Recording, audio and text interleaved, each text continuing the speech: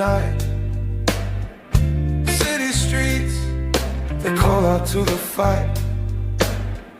A skyline homes alive, never still. Chasing dreams, we run against the thrill. Young hearts in a glow, in the pulse of the street.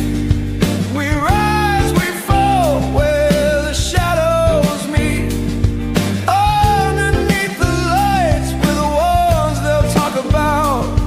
Young, wild and free, let it all scream out.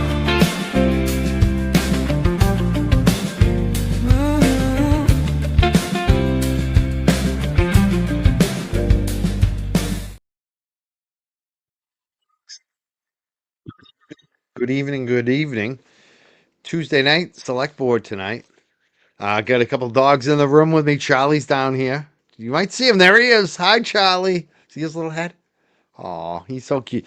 We just got him groomed. He's feeling really good.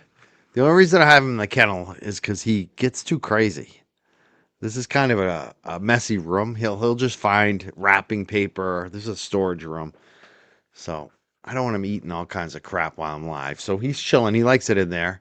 He'll pop his head out for some treats. That's what he likes. And I also got Louie back here. Louie's staying with us again. And we got a lot of rain. A lot of rain coming through. It's gonna be hot, hot, hot this week. Heat wave, heat dome. Look at Charlie. He wants some more treats. I don't think I have any more. Let me see. I might have one more for him. You want to see him look for treats? Here we go. I think I have one more. I gave it all to a dog that was, I found it, there was a dog that was kind of missing today, and I helped find him. All right, not mine, somebody else's. But anyways, let's, there's a select board hearing happening, like 15 minutes. I figured I'd check in with you guys, see what's up. A lot of things going on those YouTube streets right now. There's also a lot of news happening. Ken just released the Sean Good report. I wonder if that will come up tonight. Will Brenda be there? I wonder. Will Brenda be there tonight? I'm sure Brenda will be there. I'm sure she'll bring up Sean Good's name. It looks like kind of a boring select board meeting, other than Brenda Sweeney. We'll see. You never know. Things could change on the fly, especially with special announcements. They sometimes do, usually right at the beginning. Maybe they'll do a special announcement tonight about Sean Good. Who knows? That's why we watch. It's a live event.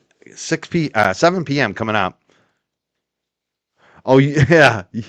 What do you think about the slick back hair? Do you like that, or is that too Don Johnson? Is that not good? Like, see, right now I need a haircut. I got to go see my hairstylist because the hair's too long. If I don't slick it back, it gets just too poofy, especially in the summer. But some people like it. Oh, you like it. Okay, you like it. Maybe I should do that. See, I've been too punk rock for slicking the hair back, but lately I've been doing it. I found some product here, and I've just been easy. I look good. I guess I like it. All right, you like it. I like it. We're all good. It's easy too. All right. So we like enough about my hair. Charlie, be good. He wants more. He wants more treats. We you know what? I have something teed up. I have last week's Brenda speech. We could play that real quick. If you want to talk any, you know, if you want to let me know what's going on the YouTube streets, because I don't really know. I don't keep up with it. What's going on with Machado and Turtle Boy, and even, I guess, Como now. They got Como. How the hell is Como? Como doesn't say shit about what?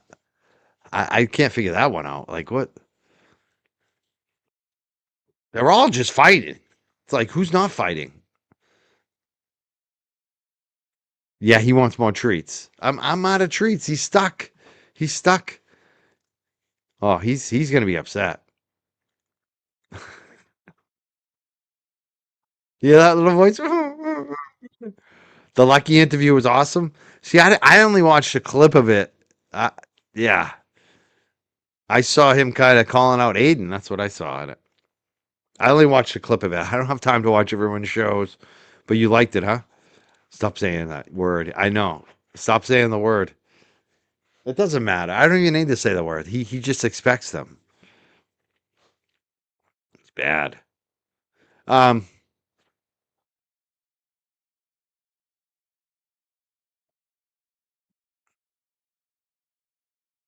you have a bunch. I do too. We have a bunch upstairs. I love it that you guys would rather talk about my dogs and my hair and I guess Lucky over the drama. That's pretty cool. No one's mentioning Machado in the chat. No one's mentioning the Galera. Lucky stepped it up. Aiden should apologize. Lucky is the man. Oh, I guess Dennis Sweeney's also in the chat. Hey, Dennis. Yeah, she's there. He's letting us know his wife will be there tonight. It's all about the products. You like my products, huh? Am I becoming a metrosexual? I'm no longer a good old country boy. I know, right? Does he even do a show anymore? What's he doing?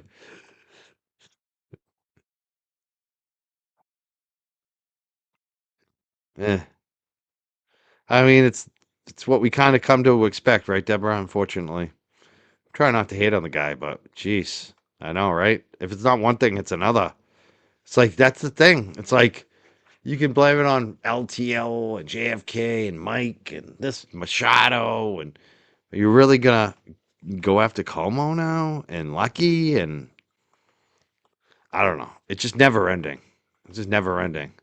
Meredith, I could go on. Altman, when's it end? When's it end? Yeah, it's funny. KP put a video out too. Um, that I thought was kind of hilarious.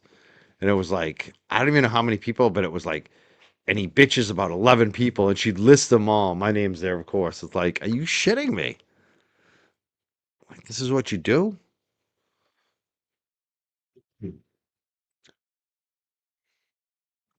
Weird, weird shit. That's how you start your morning every day. You go through your 10 or 11 people you're mad at. The fuck? Not me. Oh, yeah, that's a good thing for up, Quinley. Tomorrow's hearing with the lawyers and Judge Gildea. The question is, it's supposed to be an in-person hearing tomorrow.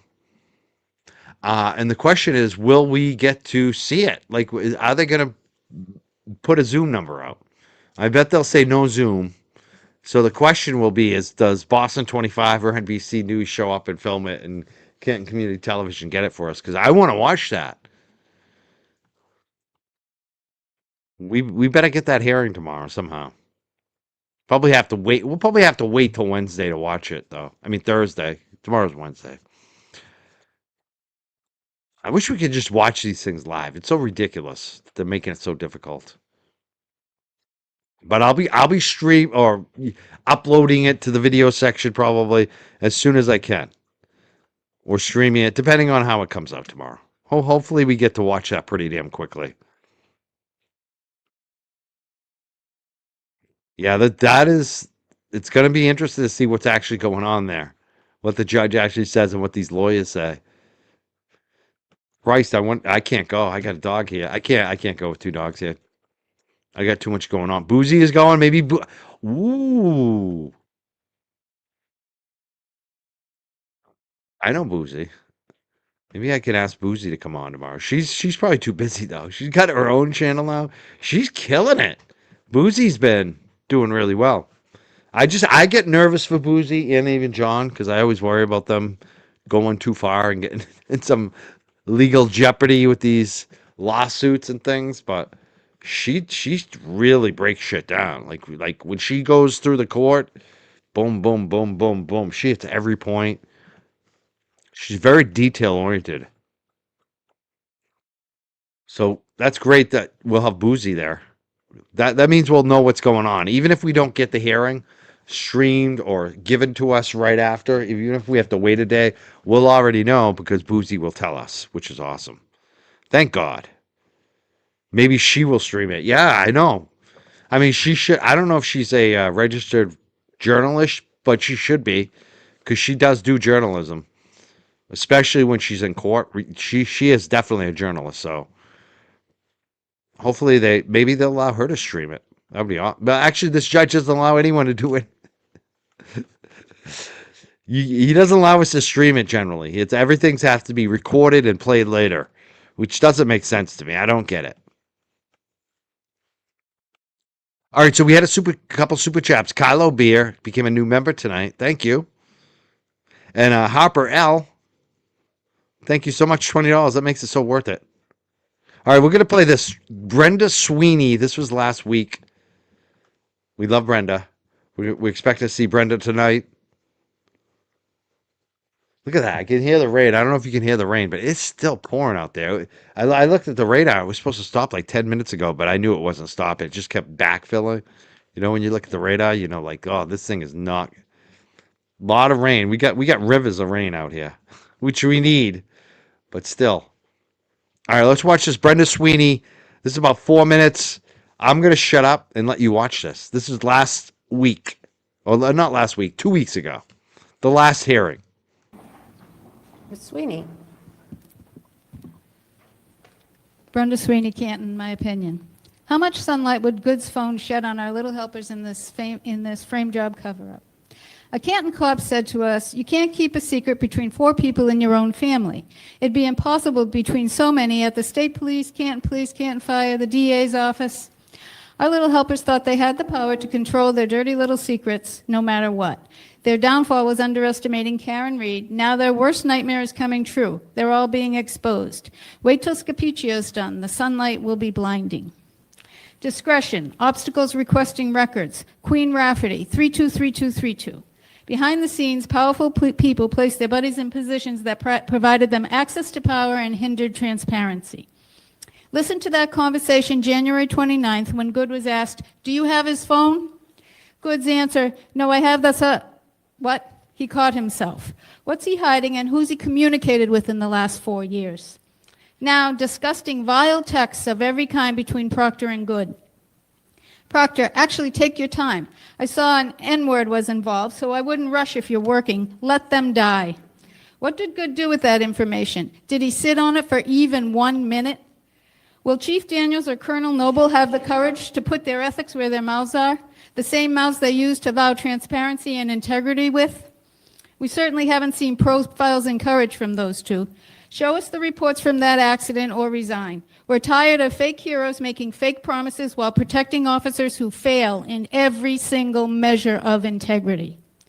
Protecting them hijacks the trust from officers who've truly earned it, the real heroes. Another text, Good to Proctor. Wait, she's sending you nudes? Send them. If Lisa would let me take a photo, I'd send them. Looking for nudes while offering up his own wife. Did he use his power to violate women like Proctor and Wade? They just put Wade on nights. He kept his pension, backdoored clearance for details, still goes to church in town. Now Morrissey's protege Connor has campaign signs in town. Claims their mistake was overcharging Karen Reed. He forgets their other mistakes. The failure to investigate the real murderers of John O'Keefe. The sham investigations for Sandra Birchmer and Just en Route. What else is the protege forgetting? How safe are the citizens with anyone from that office in charge? Stands to reason if the feds had Proctor's phone, they have his buddy Goods, the Canton cop who had whatever Dever come to dispatch so he could work the scene. We'll be back. Karma's at Canton's door. Good luck with that. Thank you. We'll be back. She's going to be back tonight. Brenda Sweeney. Brenda Sweeney will be there tonight. We got the word from her husband, who was in the chat, Dennis. Says she'll be there tonight. We're waiting for this thing to start. It's about 3 minutes away, 6:57. I'll check the chat real quick. One of the comments I was wondering too, maybe another talking point tonight. Which interview did you enjoy the most? We recently had Rachel Rollins on, who's running for DA. I saw that interview got a lot of heat from all sides. It got a lot of replays. It's very popular on the reels that we've been posting, both on YouTube and our Facebooks. That thing got a lot of hit. You know, it also got a lot of replays on other channels as well.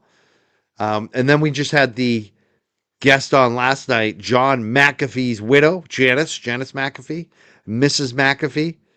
Which one of those interviews did you enjoy the most, I guess?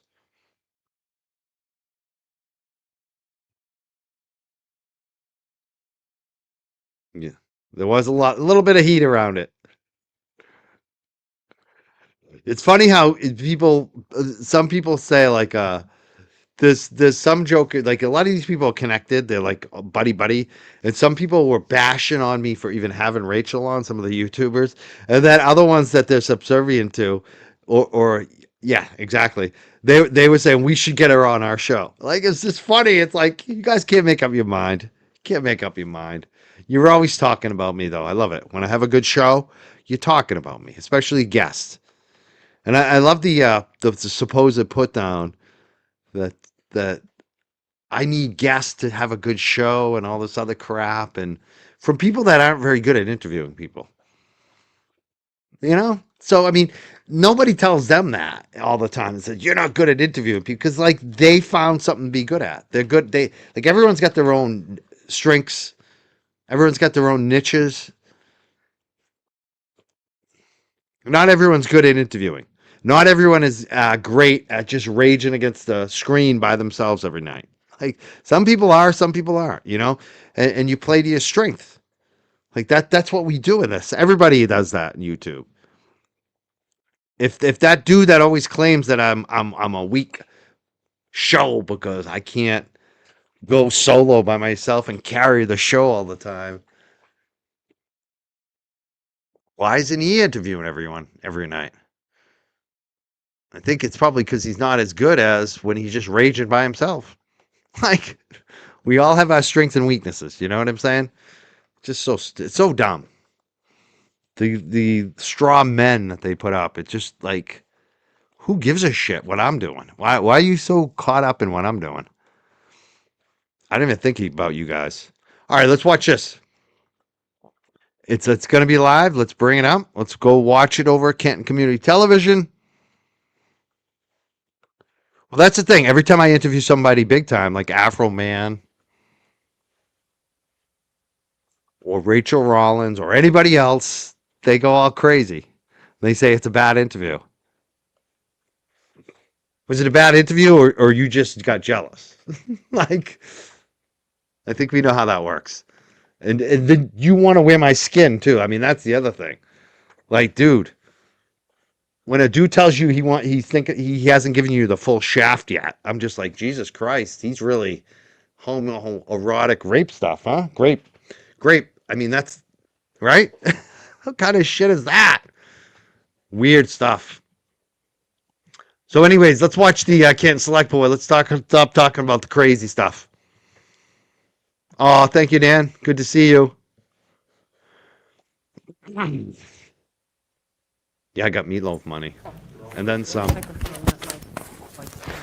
I will say before I go, Rachel made the money for us. Tuesday, June 30th, Select Board meeting at Memorial Hall, 801 Washington Street in Canton, in the Sala Meeting Room. We are in order from our executive session prior to this. We are going to start with public comment period. The public comment portion of the meeting is an opportunity to listen to residents' feedback and concerns, but the public comment portion of the meeting is not meant to be a question and answer format. There will be no response to any public comment when presented. The public comment portion of the meeting is limited to 15 minutes total and 3 minutes per speaker. I would encourage those that do wish to speak to be mindful of others in the room who wish to do the same, so that we can make the most of the time allotted and hear from as many people as possible. Anyone who does not wish to speak or who is unable to speak due to the time limit may submit their comments in writing for the board's review and consideration. Ms. Sweeney.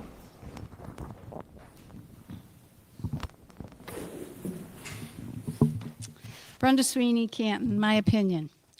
Greg Conner says if he wins, he'll start his tenure with mandatory diversity training for his office.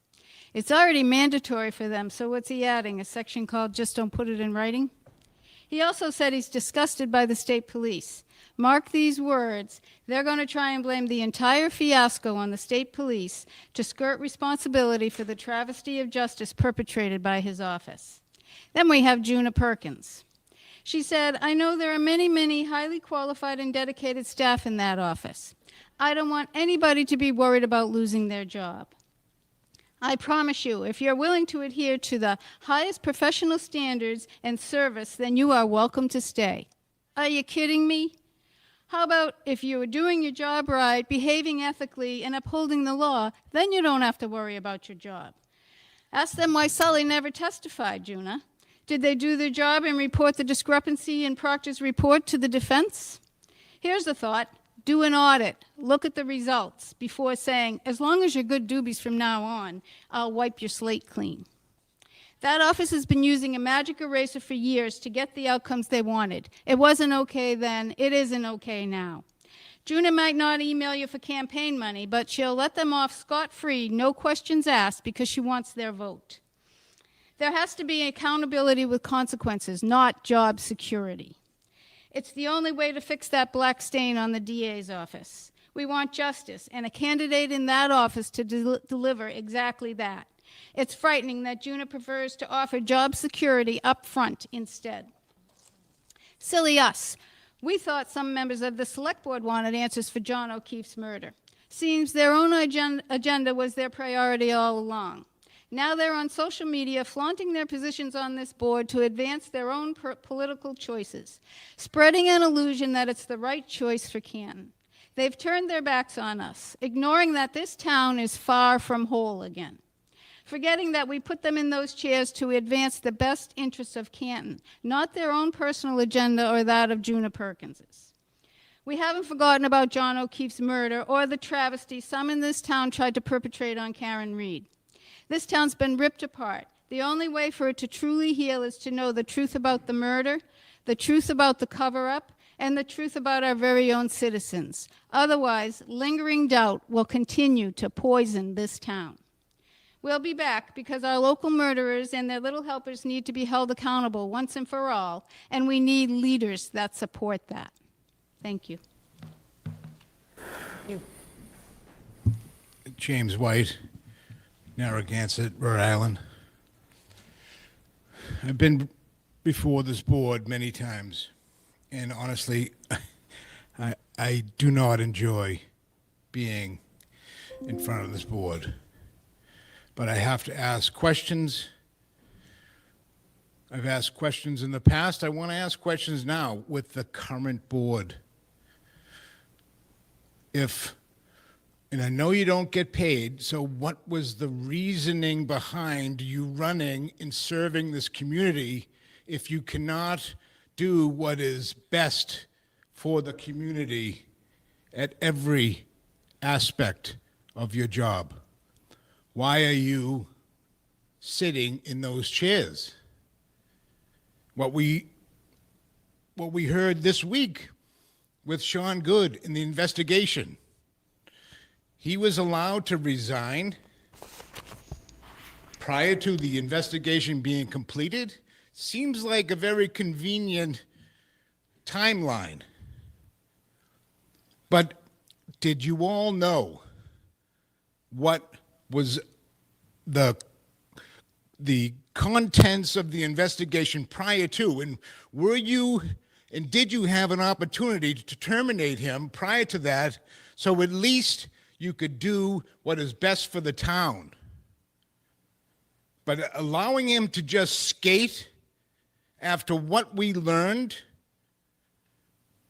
and does he have, and will he have a pension from the taxpayers? I mean, he basically got 6 months paid leave before he resigned. That's the taxpayers' money. That's your responsibility to make sure the taxpayers get a fair and just opportunity. So why? Why are you guys sitting up there? What's the purpose of your position? To serve the town? That's my question. And why isn't anyone speaking out on regards to all these issues? Don't tell me it's town council advising against it. The people want to know the elected officials that they put in position have their best interests in mind. And we haven't seen it for years. And it's different people, but it's still the same rubber stamp, move on, let's forget about what happened in the past, but not really making any changes and differences in what is happening and what is unfolding in front of our eyes. Give the people what they want, leaders that will protect the citizens of the town and not just certain individuals. Thank you. Thank you. All right, Mr. Clerk. All set? First up would be Harriet Burek before us on a ribbon campaign. You can see there, have a seat, either or, please. As long as I can be heard. This is deja vu. I come every year, and this is the 10th anniversary of what I will refer to as a celebration of life. I represent the Canton Alliance Against Substance Abuse, better known as CASA, and that's the hat I'm wearing tonight.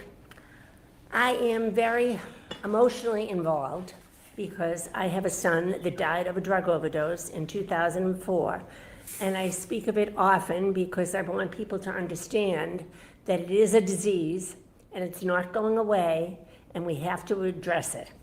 So with that all behind me, I come before you tonight, members of the Canton Select Board. I have already visited the zoning board, and each year I present the following. Each year, the Canton Alliance Against Substance Abuse, better known as CASA, holds a celebration of life commemorating August 31st, which is known as International Overdose Awareness Day. The meaning of this is to honor the memory of those lost to and those struggling with the illness of substance use disorder. The program includes music, readings, a speaker, a slide presentation, and an opportunity to have read the names of those lost. This year, the event will be held on the front lawn of the Canton Senior Center on August 27th, which is a Thursday, at 7 p.m. And I say this very clearly because I hope to see as many people here at the event. If you are fortunate enough never to have lost someone close to you to the disease of substance use disorder, then please come to support those neighbors, those other people around you. They need your support. Purple is the color associated with opioid addiction. CASA is promoting awareness during the month of August with lawn signs and purple ribbons, in addition to flyers being distributed and articles and ads in the Canton Citizen and social media. CASA has asked for and received during the past years permission from the Select Board and the Zoning Board to place purple ribbons on posts in downtown Canton through the month of August. CASA is once again asking for that same permission.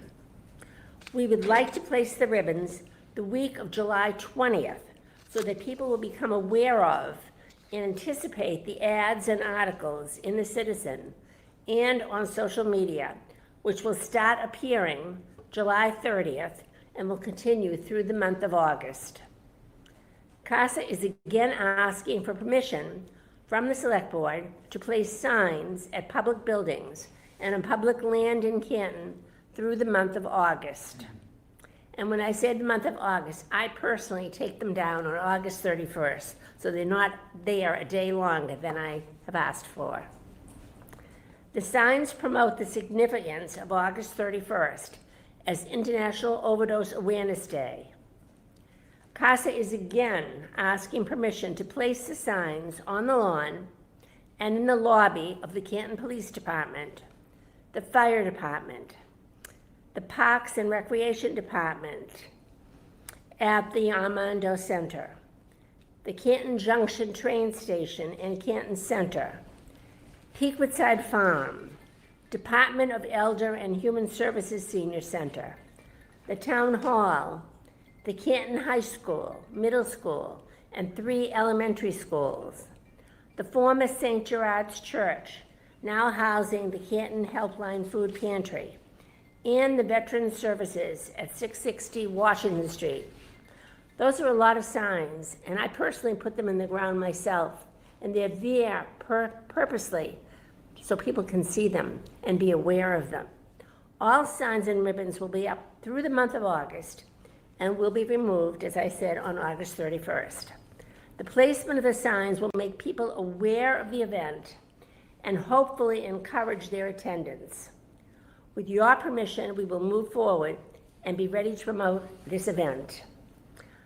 I represent CASA as the community liaison.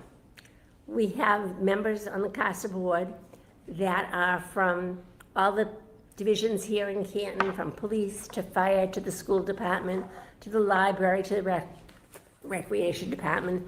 And through a grant that we applied for and got, we have a paid professional that leads CASA. But she has given me the go-ahead to handle this because she knows that it's my baby. I started it. I think the first one was in 2016, which would be 10 years. And personally, it was a bit selfish on my own part because when I first did it, I did it for my son, for my child. And that night that I am there, I am with him in spirit. But I also did it for all those others out there that have been affected by substance use disorder. And the sad part of it is that here we are in 2026. CASA was started in 2013. And although we have made inroads, we have a little bit lessened the stigma of substance use disorder. It's far from gone, and people are still dying. And I was just at the district attorney's office yesterday where we talked about overdoses in many of the towns in Norfolk County. So again, this is a pretty important event, and I leave it to you and ask for your permission once again. Okay, does anyone have questions? Yes, Mr. McCourt? Once again, I'm sorry you're here for this occasion, but you do such a wonderful job. I'm very familiar with substance abuse, and I think it's very important to get the word out and to be a part of your team to get it out. The only thing I had questions on is the list that was given to me didn't match your list. And I think the only thing was the train station. The train station at the Housing Authority, the Select Board office doesn't have any permission to allow signs on the train station. So I'm just gonna, I'm not gonna mention the train station, but, I'm just saying. Did you put it there last year? Yes, it was. Okay, And it was in the letter last year. This And I'm just saying, letter has not changed. I can't put it on the list, but everything else was fine, so. just I did wanted go to- before the zoning, Oh, you already been to zoning? yes, So with you're all the same set? letter. Okay, perfect, okay. In fact, I questioned today, out of respect to all of you here on the select board, I come before you. Yeah. But I believe it's zoning that I have to get the permission from because it is a sign Yes, that goes absolutely, up. absolutely, 100%. And I do have my letter, if you don't have the copy, and I will leave you also, we're getting ahead of the game as far as getting our work done. The event is already in the flyer that we have, and you'll start seeing it all over the place, right here. And here Okay, is the perfect. letter, I don't know if you will give it to you, Susan. Sure. There's a hierarchy. I don't wanna step on Not anybody's much of one. toes. Thank you, Harriet. So if you have any other questions, I'm just gonna amend the motion. I do. So first of all, Harriet, I can't thank you enough for your advocacy. If the stigma is lessened, it's due in large part to you being very open about your own situation and just continuing to talk about this. As far as the train stations go, I'd want to back up to that, and Jen, maybe you can weigh in on this, because we, the town, we don't own that land, so I don't see how we have the authority to grant the right to put a sign there. Do you know where I put it? It's on the side, the grass It's is on probably the on the sidewalk. sidewalk. It could be on top Yeah, of it's on the that. sidewalk, it's fine. That's fine, Okay. you're fine. All right, just want to make sure I it got was it. kosher. So do you want to add that to the? No, I'm motion? going to make a motion. I'm going to change the motion. Yes, exactly. Okay, I'm going to move that the board approve the request to place purple ribbons and signs at the locations that were approved by the zoning board of appeals. Second. All right, any further discussion? Seeing none, all in favor? Aye. Thank you so much. Thank you. Stay with it, Thank you very Marianne. much. Thank you. All right, 3-0 on that. All right. Madam Chair, next we have, Walk out, because I am interested in what's going on. I have another meeting to go to. that's fine. Madam Chair, we have consider authorizing fiscal year 2026 reserve fund transfers. Allison Podersky. Good evening. Good evening. Allison, and welcome. Thank you. So I'm here to talk about the year-end reserve fund and departmental transfers. We've identified 7 budgets that are in need of relief. The total is $947,026.39, which exceeds our reserve fund, which is a balance of $600,000. Because of the Mass General Law, Chapter 44, Section 33B, we can transfer within municipal departments if they have a surplus. And with the reserve fund and the transfers, we can solve these deficits. So I'm just going to briefly go through them. So town council, we have estimated it's going to be in deficit $65,000. We are awaiting the remaining invoices, but the expenses are higher than normal due to an overlap between old and new town council. The former town council does continue to complete several small projects, and we are paying the new town council. So we don't anticipate this happening next year. The police are going to end up in deficit approximately $85,000. The deficit is attributed to several factors, primarily on the expense side of the budget. Training costs were significantly higher than anticipated, including expenses associated with 6 officers attending the police academy, which totaled $48,000. We had firearms training, emergency dispatch training, court testimony training, and other training initiatives recommended as part of the police audit. Additional expenditures included equipment purchases such as firearm supplies and body camera mounts, which was $6,400. The department also incurred approximately $19,000 in shift overtime costs to maintain coverage during officer vacancies, and these combined expenses resulted in the year-end deficit. The fire and ambulance service is estimated to be $51,000. There's a deficit in the ambulance service budget driven by salary expenses related to a high volume of EMS calls. The deficit is estimated to be approximately $80,000, but it is being offset $20,000 in surplus in the fire alarm budget and $9,000 surplus in the emergency management budget. The net resulted in $51,000. Street lights is in deficit, and that's attributable to higher than budgeted electricity costs. The streetlights budget is typically stable from year to year, but the town's LED streetlights are photosensitive and operate based on ambient light conditions. Increased electricity usage and costs during the fiscal year resulted in the budget shortfall.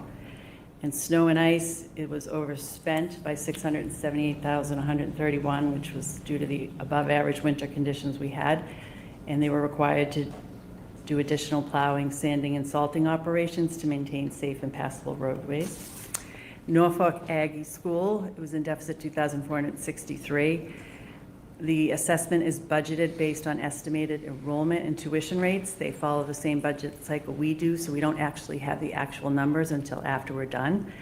Canton's enrollment actually decreased, but the tuition rate increased approximately $1,000 per student, which is 22% from the prior year. And historically, Canton's enrollments has averaged 9 students over the previous 6 years. The tuition increase resulted in a modest budget shortfall despite the decline in enrollment. And then we have a grant deficit from 2022. It's from the COVID-19 CARES Act, FEMA. Following a subsequent review, certain overtime costs that had originally been submitted and reimbursed under the grant were later determined by FEMA to be ineligible, and as a result, FEMA recouped $58,432.39 through a clawback, creating the deficit. The deficit has remained on the town's books for the past 2 years. However, the Division of Local Services has issued guidance this year to cure that deficit. So, with snow and ice being overspent, and we can use the 331,104.61 from the reserve fund, we can put 122,000 on the recap.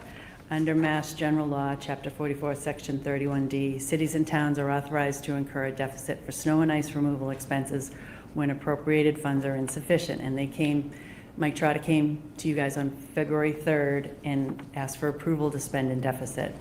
And the resulting 122,000 deficit will be raised on the FY27 recap and incorporated into the FY27 property tax levy as part of the annual tax recap process. So that leaves a balance of $225,026.39. So we went through the municipal budgets and determined that the 4 departments would be turning back funds. And we didn't want to be too aggressive because some are more, closer to the budget than others. So we identified the Board of Health, the library, elections and registrars, and veterans. So the Board of Health had difficulty filling the nurse position, so they had turned back for $90,000. The library had some vacant positions, so they're turning back $80,000. The election registrars, we only had the one election this year, so they're turning back $30,000, 26.39 cents. And then the veterans had a different caseload, so they're turning back $25,000. So that will cure our year-end deficits. Any questions? Any questions? Phew. It's a lot. Yeah. Any? Yes, sir. Yeah, so the COVID money, so they went through all the hourly rates for different individuals, different departments, and they found they were uneligible for the Yeah, so we had gone reimbursement. through quite a number of that, but at this point, we had been reimbursed for that money, and then they went back and determined them ineligible. So they clawed back the money. Yeah. So we carried it for a couple of years, hoping that perhaps it would change, but this year is the end. Most of these transfers look all reasonable except the snow and ice, but we knew what the winter we had, so it was not, we knew that was coming, so. We've been lucky the last couple of years Yeah, because we've been yeah. able to solve everything with the reserve fund, Right, so with the blizzard and I'm all set now. the That sandy. said, I can't say enough about the job DPW did this winter, and as someone who commutes through Canton, Stoughton, Avon, and Randolph to go to work, the difference was amazing. Yeah, they do a great job. They really do. They do. Yeah. So it's well worth it. Are you all set? So there's 2 motions in front of us? Yep, we need to Yes, vote the okay. reserve fund and Yep. then, Madam Chair, I move that the board authorize the use of $600,000 from the reserve fund to support the deficit. Second. Any discussion? Seeing none, all those in favor? Aye. Aye. Madam Chair, I move the board authorize departmental transfers in the amount of $225,026.39. Second. Any discussion? Seeing none, all those in favor? Aye. 3-0. thank you. Awesome. Thank you, Allison.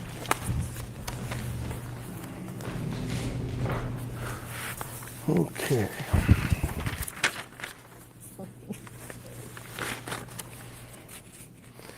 We're going to consider the common victual license for the Muffin House. I move that the board approve the common victual license for the Muffin House Cafe, 22 Washington Street, Canton, Mass. Is there anybody here from the Muffin House? Hello, everyone. Evening. Do you want a second before we Oh, go second. to have discussion? All right, yes. Hi. So my name is Josh Strasnick, Vice President of Muffin House Cafe. There's not much to say other than, our contractors are wrapping up. They're going to all be calling in for their finals this week or next. And, assuming your approval, then we're ready to go. So, Excellent. So what's your anticipated opening date, or do you have an exact date? So assuming that we pass all of our final inspections next week, it could be the end of next week or the week after that, so potentially week of July 13th. Okay. Does anyone Excellent. have any questions? I do not. None? Oh, Looking forward good. to Good it. luck with everything. Me too. It's been a long The time best. coming. Yeah, a lot of work. Looking forward to it. All right, that being the case, all those in favor? Aye. Aye. Thank you. Good luck. We'll see you at the Good Muffin luck. House. Oh, yeah. I'll see you all there. Madam Chair, I move that the board appoint the tax title custodian effective July 1, 2026, Susan Jadadins, treasurer collector. Second. Any discussion? Seeing none, all those in favor? Aye. Aye. That's 3-0. Madam Chair, I move that the board appoint Allison Podersky, finance director, town accountant, to the following committees effective July 1, 2026, Affordable Housing Trust, Health Insurance Advisory Committee, Water Sewer Rate Policy Committee. Second. Any discussion? Seeing none, all those in favor? Aye. 3-0. Madam Chair, I move that the board appoint the Board of Health representative to the Comprehensive Water Resource Management Plan Committee, Meg Goldstein. Second. Any discussion? Seeing none, all in favor? Aye. 3-0. Madam Chair, I move that the board appoint the Economic Development Committee representative to the Master Plan Implementation Committee, Gopal Chopra. Second. Any discussion? Seeing none, all in favor? Aye. 3-0. Madam, I move that the board appoint the Economic Development Committee representative to the Permit Advisory Committee, Jean Manning. I second that. Any discussion? Yeah, what is the Permit Advisory Committee? There you go. What is it? Yeah. It's a group of town officials that get together if a project comes, like a development project, not a home development project, but like a business Okay, development gotcha. project. Yeah, that sort of thing. So they talk about how to help implement the projects, the process to apply for the various Okay, permits so that are they're just giving necessary. them a hand to get, Yeah, go- okay. so exactly. Kind of streamlining the Streamlining it process. for the, okay, gotcha. Right, good question. All right, all those in favor? Aye. 3-0. Do we have anybody here for the road race? Alan?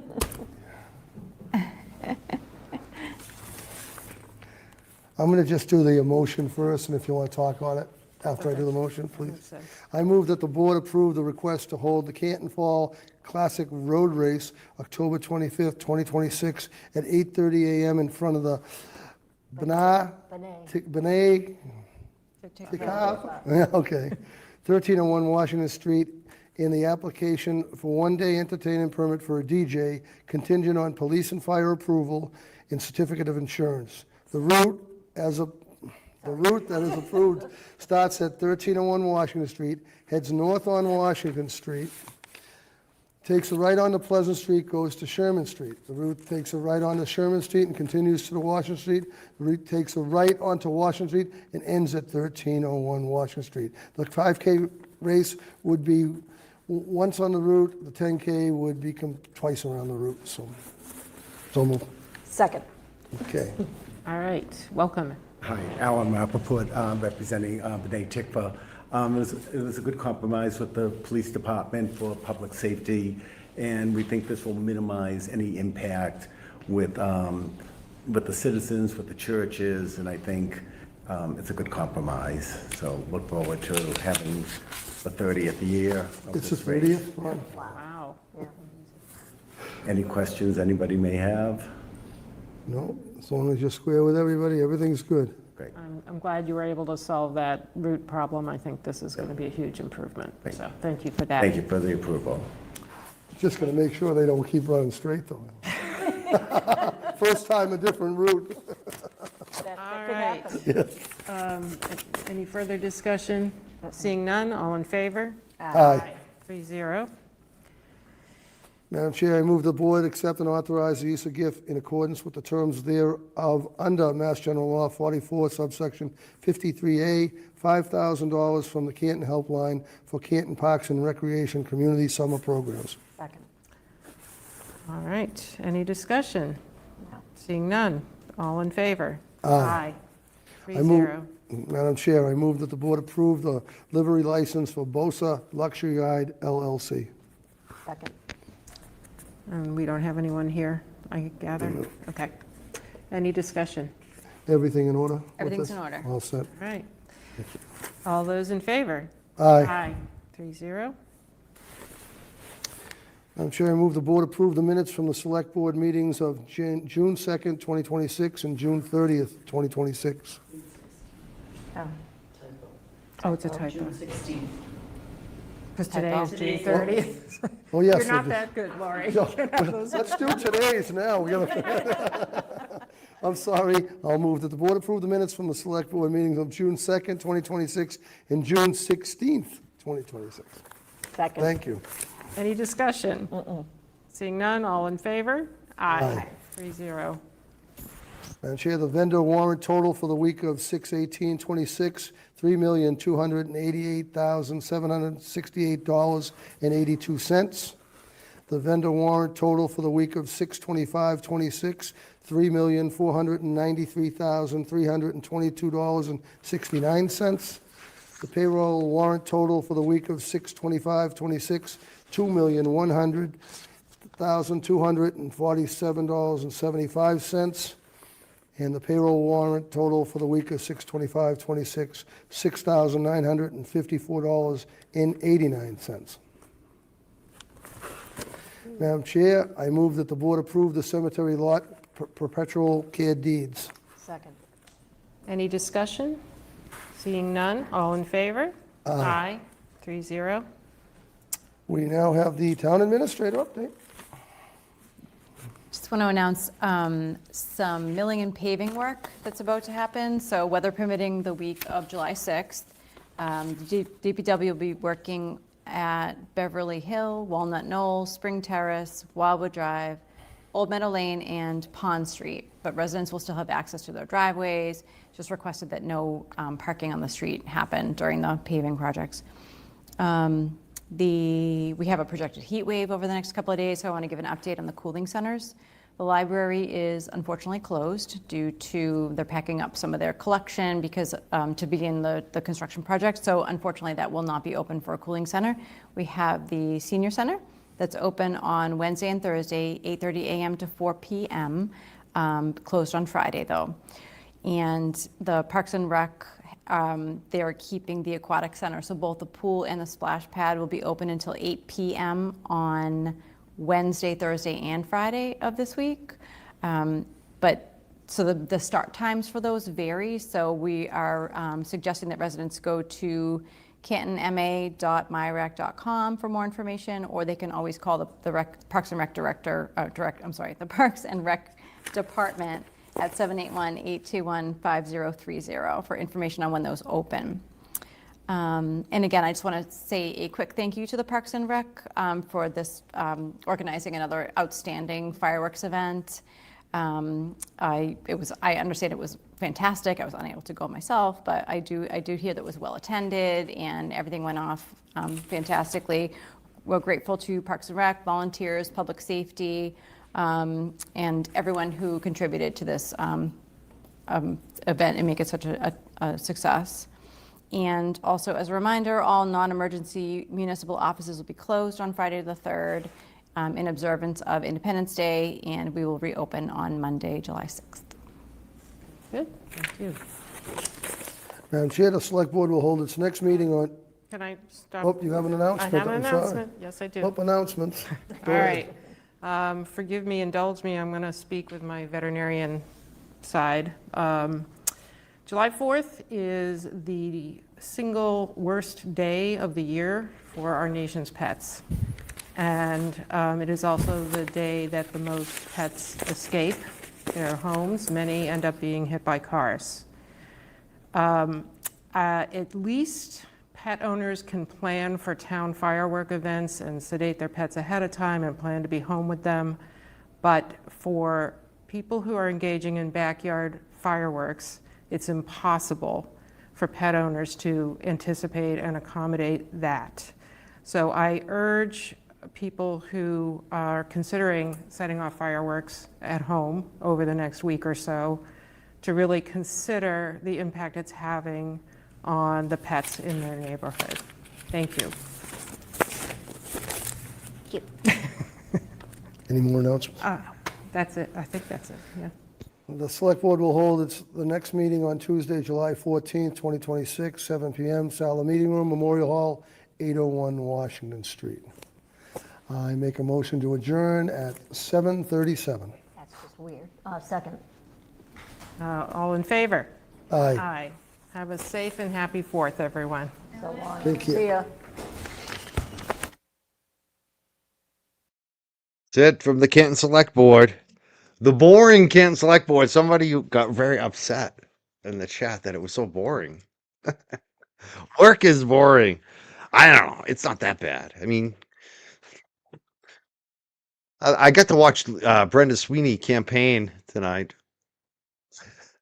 He was it was funny. She was all over the select board about supporting Juna Perkins. I thought that was interesting. And then we saw Whitey. Whitey got up there. And yeah, I mean that was basically the select board. They didn't even acknowledge.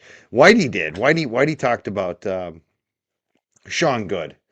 But they didn't talk about Sean Good. They didn't mention Sean Good once, which was kind of weird. But we're here watching it. That's why we watch it. We want to see what's going to happen.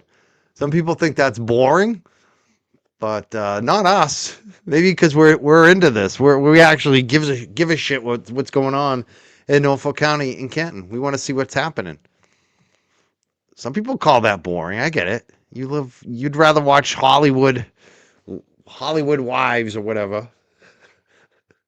We get it.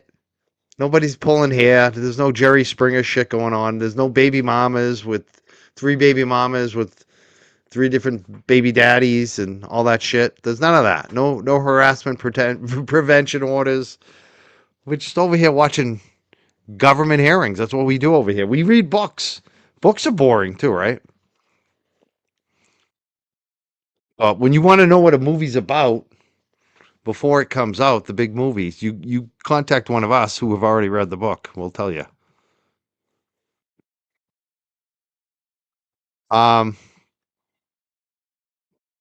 For us, it's dead. I mean,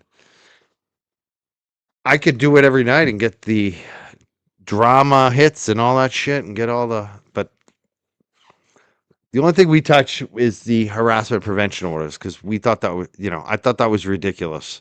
Stop that shit.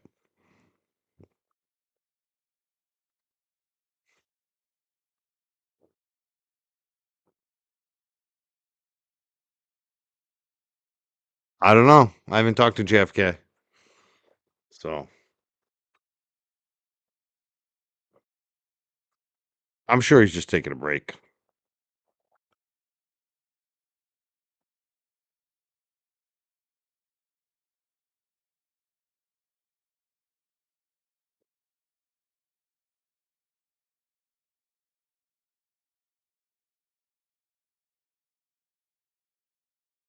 Mm-hmm. Something else I was gonna say. I can't even remember. What was the other thing I was gonna say? I don't even know. I thought I had another point to make before I go. I don't know. Oh, we'll be watching tomorrow. Karen Reed, civil hearing. We'll see what happens. Oh, thank you so much, Sarah. Treats for Charlie and Louie. Yeah, we need it. I spent $1,400 yesterday on Charlie for the echo, whatever they call that thing, the heart thing that they did. Good news is Charlie's heart's good. It hasn't gotten any worse. He's stable. So hopefully we don't have to do any more echoes, but we had to do a sedation to do the echogram and get him groomed again and get all of his shots. $1,400 bill for Charlie yesterday, but well worth it. I'll pay that bill every 6 months or a year, whatever it is, as long as Charlie's here. Charlie's getting older, and he's well worth it. Hopefully. Yeah, that's the thing why JFK. Even if he takes a break, he's always going to come back because something's going to happen with Eddie O'Brien or something else he's interested in. Eventually he'll be back, I guarantee you. He's just strategic. He's just probably tired of the drama too.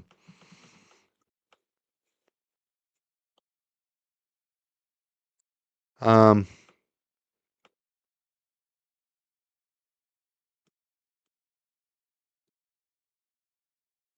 I'm trying to think if there's anything else. Obviously, we're going to be keeping in touch and see what's going on at that Karen civil hearing tomorrow. So check in on that. Make sure you subscribe, follow us, all notifications. We'll definitely be covering that somehow, some way tomorrow. Um, it's funny how many shows name check us now. We don't even mention them anymore. Who? Who? They may have more viewers, but they don't have the credibility. They don't. I'm sorry. Some of these shows. Do I have pet insurance? No, I don't actually. I should, but it's funny. I have pet insurance for my business, but I don't have pet insurance for my dog. So if something happens with, one of our dogs that we're caring for, yes, we have some type of pet insurance, but I never bought the pet insurance for Charlie.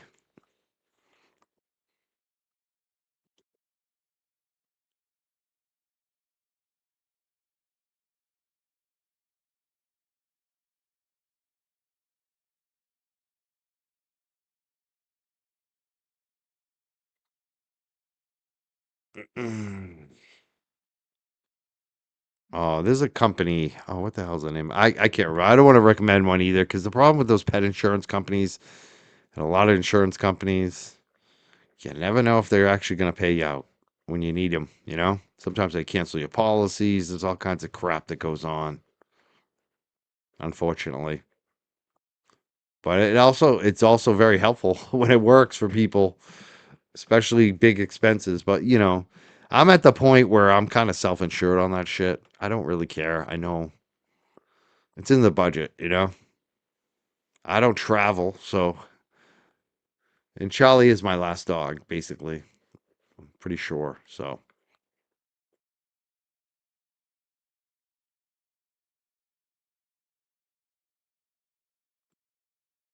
yeah, that's the thing. What the doc says. And they have been getting attacked all day, every day since October. I don't blame them for taking a break. It's a bit much.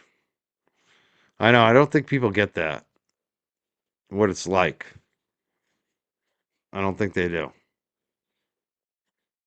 Like I'm somebody that is not affected by bullshit generally, and I got touched up by this. It got me pissed off. I want to fight people, like literally. Like not that I would, but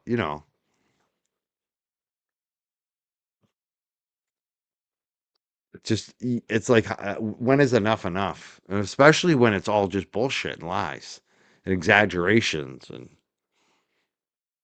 so much shit like that. It's just so fucking stupid. But I just laugh at it. But it's even when you just laugh at it and just move on, the problem is a lot of people still don't let it go. That's the problem. Yeah, I heard James on there. Yeah, I heard James. Shout out to James and JFK and Kevin Kev and Jay Brill.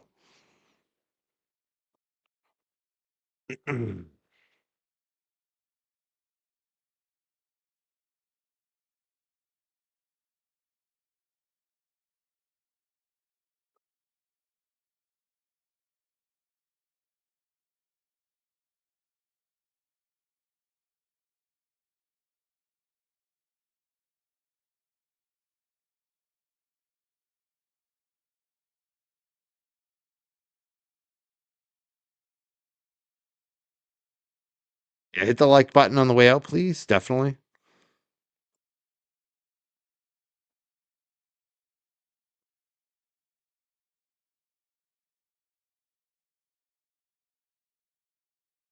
All right, I think I'm going to check out.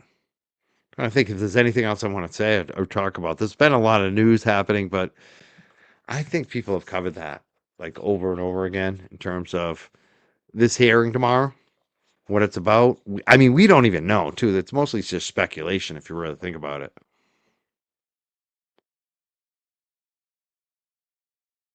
It's funny. I just scuffed my shoe against my chair under here on the floor.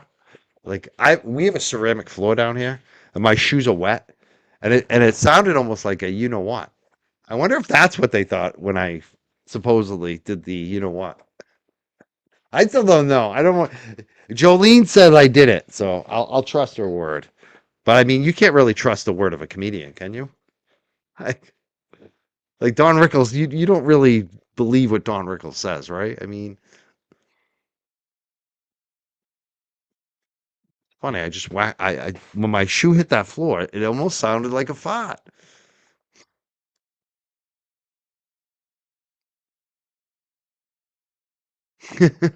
They're gonna clip it again and say he was fine. It's because it just rained. I took my dogs out. I had a little smoky smoke. Rain everywhere. We got flooding over here. Nice. We needed it. The grass needed it. I don't have to do any more watering grass or lawn. At least until tomorrow. At least till tomorrow. I got my vegetable plants. I got a lot of good plants going this year. So far, so good. I had a little bug thing going on. I got rid of them. I sprayed the organic good stuff on them. Everything's working out good so far. All my vegetable plants and other types of cash crop.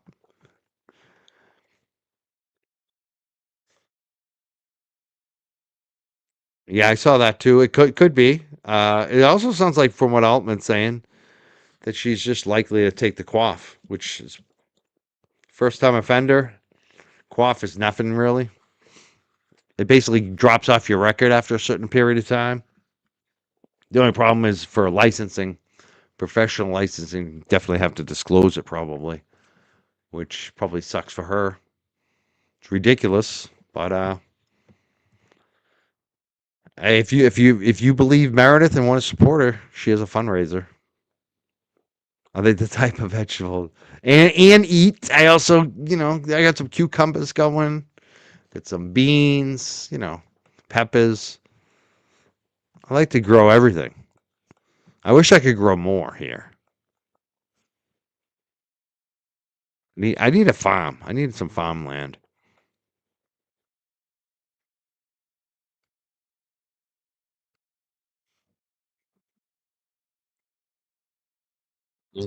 What do you? This is the problem I have here. I think Whitey kind of articulated it better tonight, like in terms of, I think because I was waiting, I'm like, what's he disappointed about that they haven't done? And I think he expressed it that they're not talking about good, that they waited to act on good. But at the same time, it's kind of like, what do you expect them to do? You know that if they have an attorney there, the attorney's telling them not to say anything because the town's on the hook. The town could get sued, right, for all this shit. So I don't know what people expect them to do. You know, it seems like Brenda's biggest thing is she's upset that they've all endorsed Juna Perkins, which I think it's funny. It's like, are we going to go to every single town in Norfolk County and complain because Juna Perkins is being endorsed by everybody in every city and town? Like she's the front runner, people. I don't know if people realize that yet, but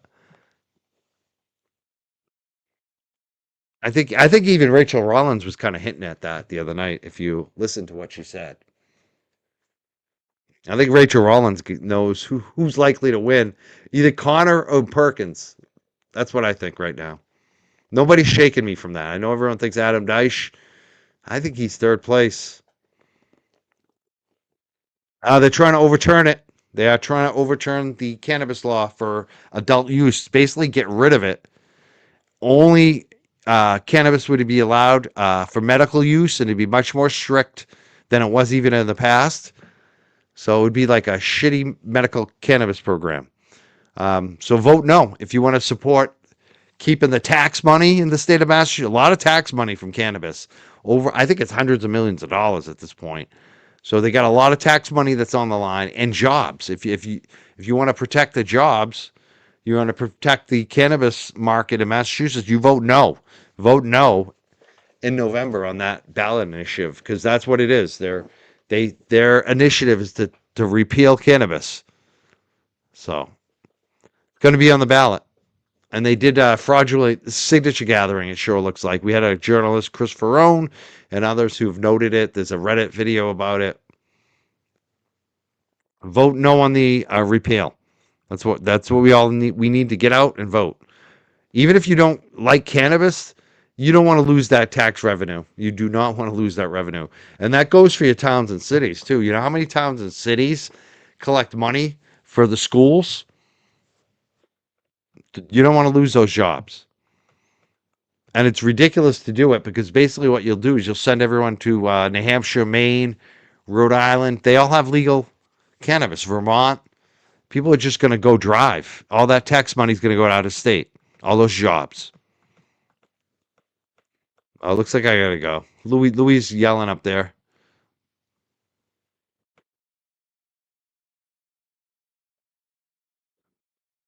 So definitely protect the cannabis market if you care about jobs and tax money, because we need it in the cities and towns. You know what I'm gonna do? I'm gonna let Louis down here. Hold on 1 minute. I'll be right back. We'll put on the Canton weather.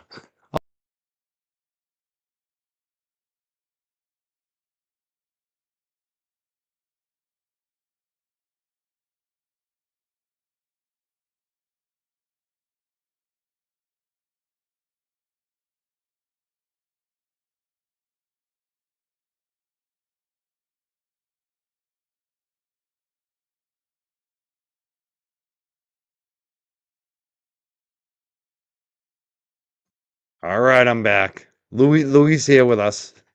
Going a little crazy. You want to see Louis? Lou, come. Oh, you get some water? I don't see his head. Get the comment off. Can you see Lou? Oh, you see the top of his head. There he is. Big Louis.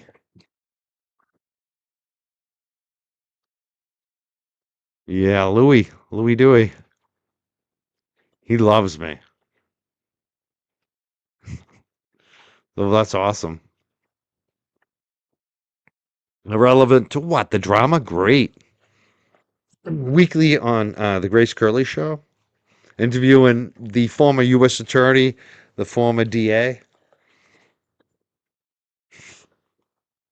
When's the last time she interviewed a DA, a former DA or former U.S. Attorney? We're in a different category. We're not even the same.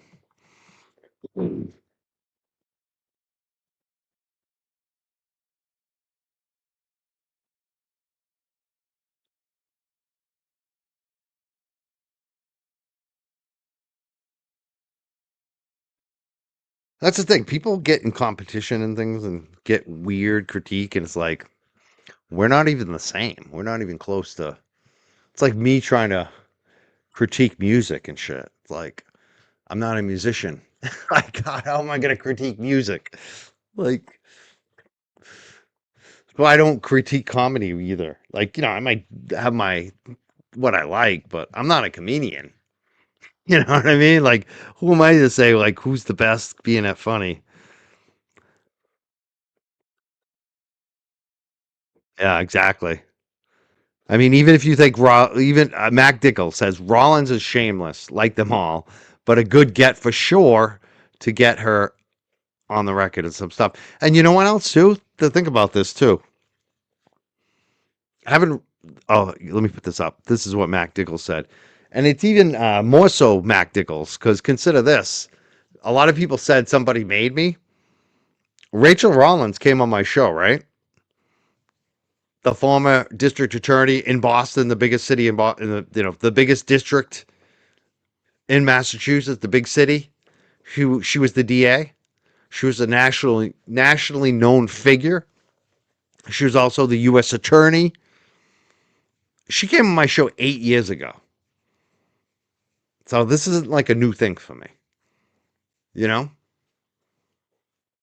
I've had U.S. Senator Ed Markey on the show. I've had 4 U.S. Congress reps on the show. I've had tons of mayors. I've had governors on the show. Not a new thing for me.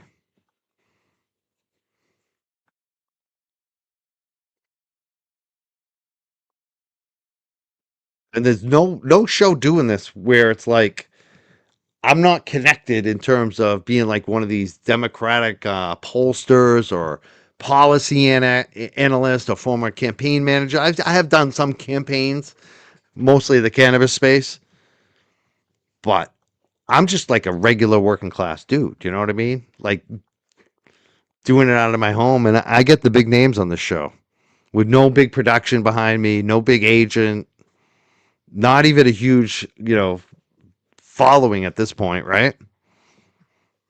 There's a reason for it. And I'm happy. I'm happy in that role because there's nobody like me. So when they talk about me, it's awesome, actually. It just reminds people I'm here, and it also sends some new people my way.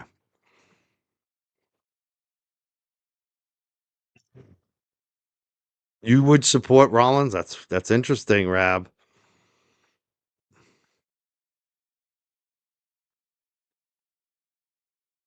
Yeah, I'm pretty much on a different level than anyone else. It's true. I mean, you will find other YouTube shows, obviously, that get bigger political guests and all that, but they're part of the system. You know what I mean? Those are like the former Obama speech writers and shit like that. You won't find anybody who's a dog walker who's pulling a U.S. senator on his show. Like you're not gonna find that. Who doesn't have a radio network behind them? You know. Yeah, and I do kind of have a little bit of the radio hookup now because of the Howie Carr Radio Network, and I'm weekly on the Grace Curley Show. But I'm not an employee or like a full time host or anything. I'm just a once a week guest. You know, so I'm 100% independent.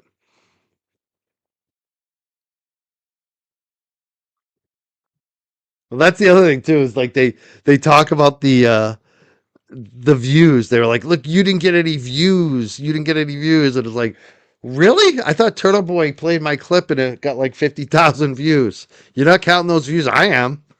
That's a win for me. Even if you talk shit about it the entire time, it's like some people watched that and said, "Oh, I like that. Mike got that interview." You know, I count those views definitely. Thank you, Turtle Boy, for getting me all those views.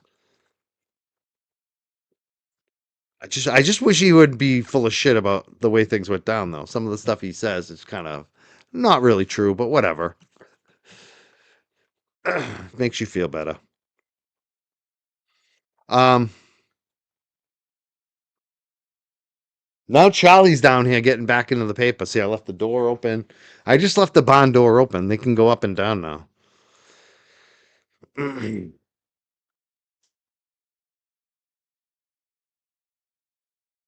Ooh, good deal.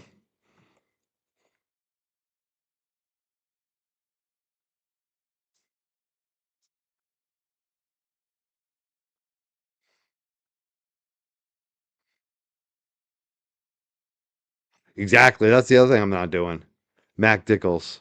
That's another thing that makes me different too, from like the conventional John Kellers of the world, or even the people at I'm not going to say names, but you know who I'm talking about. It says you're clearly not doing access journalism with an agreed upon agenda. It's just a straight interview, which is rare with MSM access journalism so prevalent. That's the thing too. Like if Rachel Rollins had come to me and said, I can't talk about John O'Keefe at all. Hold on one second. There's something going on in the background. One sec. If she had said I'll interview with you, but I just can't talk about anything going on when I was a Fed, I would have been like, fine. We would have done it. Um, but generally, that's not what I do. Um, and in this case, she came right out and said it. Like I didn't even have to. A lot of times, what I try to do is just not broach it. I try not to talk to my guests pretty much at all until I interview them because I don't want that to become an issue generally. The more you talk to them, the more they're like, ah. But, right before the show starts, generally, I'll say, like, hey, is there anything you want to talk about? Just let me know. But I don't play that whole game. There is a big game, play for access, where you do favors for people if they hook you up with access. I don't do any of that. And for me, I don't even give a shit. If they don't want to come on the show with me, okay, that's fine. Because if they're playing those games, it's probably not going to be a good interview. And politics guests on this channel, especially us being a true crime demographic, we don't pull up the best numbers for these. You know, I just do it because I like them. Like to do those types of interviews. I'm way better than Sue O'Connell or Kellerman. I won't say I'm better than Sue O'Connell. I like Sue O'Connell. I think Sue O'Connell does a good job. I will say I think I am better than Keller. All right? So I'll agree with you on that one, Rap. I think I'm better than Keller. I think Sue O'Connell, I like Sue. I think Sue does a really good job, especially for being at a corporate network. I think she does a good job. I do. I like Sue. I'm with Sue. Sue's cool. I talked to Sue, actually. Sue and I, we've exchanged some messages. We laugh, actually, Sue and I. I like her. I do. And sometimes, I'm not saying I agree with her on every single post. Sometimes she pushes buttons. But I think sometimes she's just trying to educate people. I think people just don't get what she's trying to say. Like she has a point a lot of times with her post. Trust me. I tend to agree with them a lot. Even when people don't get them.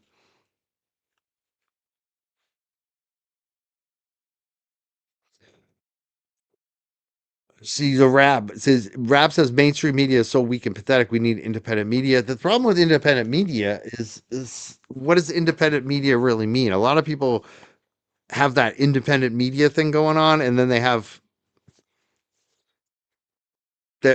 puppet strings that you don't see. Whether it's a foreign country, whether it's Peter Thiel, whether it's their tech company. I mean, we had Barrett Brown on. Barrett Brown is an award-winning journalist. Broke some of the biggest stories around, worked for the Intercept, worked with Glenn Greenwald. And he's blowing the whistle on a lot of these corporate reporters, but a lot of these so-called independent journalists. He's also like, it's not like there's much difference.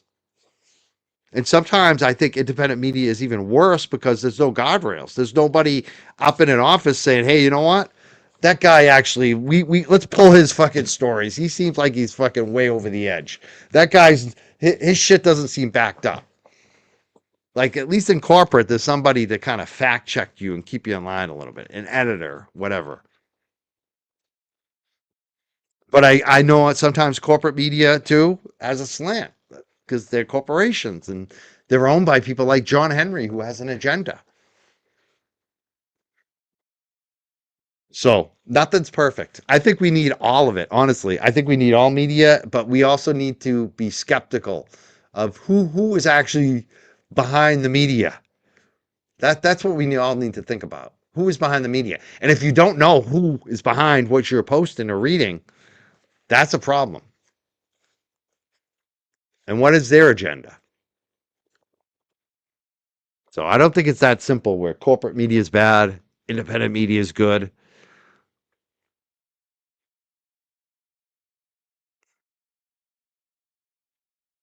See, well, I don't know, man. If you talk to Barrett Brown, he'll tell you Glenn Greenwald sold out a long time ago. And that's somebody that basically was on the same wavelength. A reporter working for the Intercept.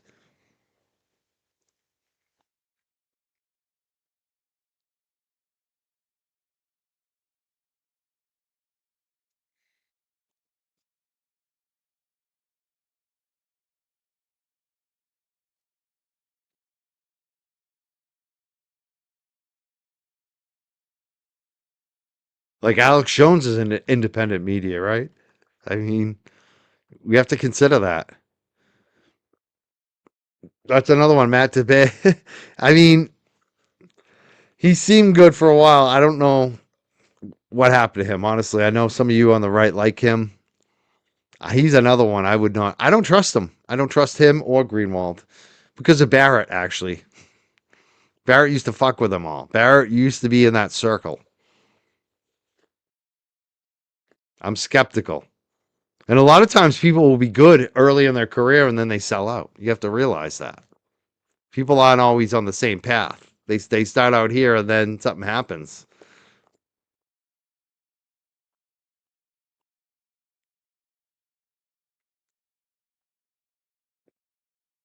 Yeah, I think we all miss JFK, right? We need some late nights with JFK.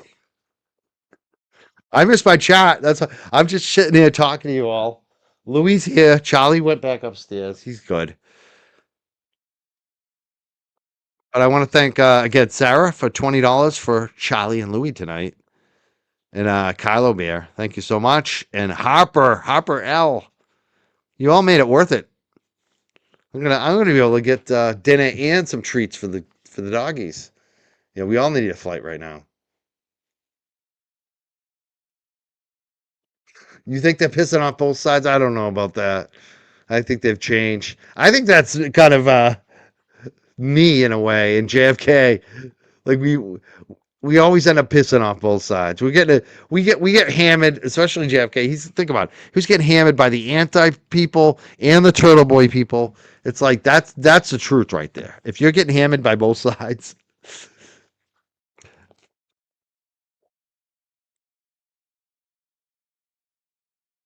Yeah, JFK is legendary. I gotta say. I look back and smile about the moment I met that guy.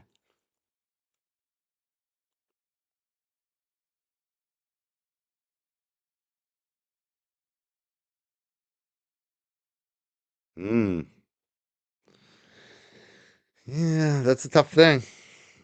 That's why journalism has a code of ethics and all that stuff, and rules and not regulations, but just kind of guidelines that you should check out, and because there is a fine line on this stuff, and that's why sometimes independents go wrong. They don't have any guidelines or an editor or any journalism experience. Like me, I didn't go to journalism school, but what I did do is I did have some obviously writing experience because I was a bachelor in arts for history. But while I was getting that bachelor of arts for history, I was the sports writer for the wrestling team because when I got hurt, I was like, I'm gonna cover the wrestling team. No one was writing us up in the school newspaper. We got to cover all the wrestling meets. So I started writing, and I had a journalism mentor, a real editor, a guy who worked like for the Brockton Enterprise. I think he ended up working for some hacks later. But he was a real journalist, right? An editor. He was our editor, and he oversaw the whole thing. And then I became the sports editor. And then later on, I worked at Dig Boston for like 10 years. I wrote for them as well. Had an editor there, so I think and a publisher behind it. So I do have some journalism experience, but I think that's kind of gone. Like a lot of, maybe if you go to college, you might get that. You can work for the student newspaper, but like in terms of alternative local media, like there's no big radio stations that are going to hire for that shit anymore. There's no real newspapers beyond the like Globe or the Herald, which, those are harder jobs to get. You're not going to be able to come up from an alternative independent media like the Phoenix or the Dig anymore.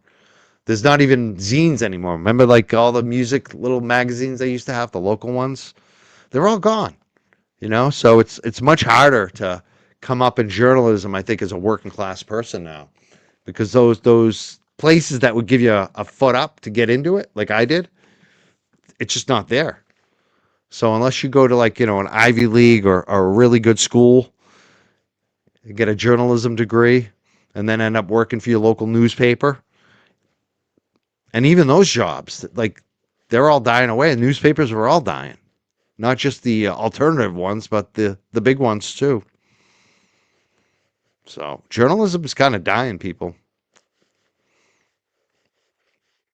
I guess YouTube is supposed to keep it alive with no barriers.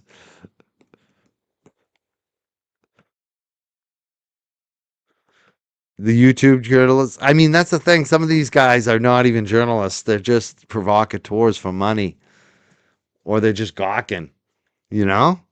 Like it's a fine line, and some of them have stepped over it like by about 20 feet. You know what I'm saying? Like, it's a fine line, and they're 20 feet over the line.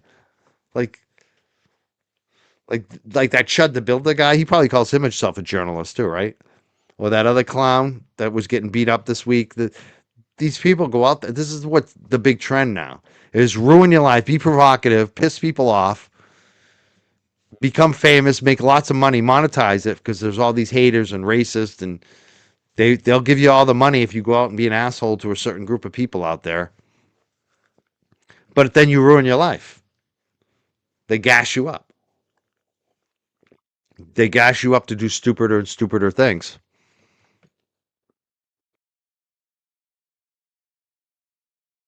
Yeah, we cannot let Greg Connors win. That's all I'm saying, people. That's why we need a goddamn poll. I actually reached out to some of the campaigns that was saying, like, are you doing any independent polling? Are you doing any polling? And they, the two that I talked to said no. They said it's too expensive. They're not wasting the money on it.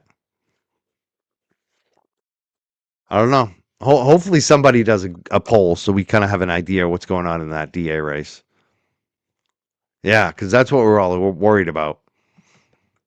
I think people would just kind of coalesce whoever that person is that's going to win it. Whether it's Amrad, Juna, or it's Adam. If there was a poll, if people knew who was actually in the lead.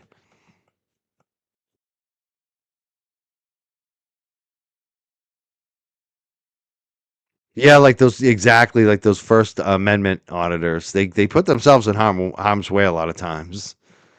And it's like, for what? What?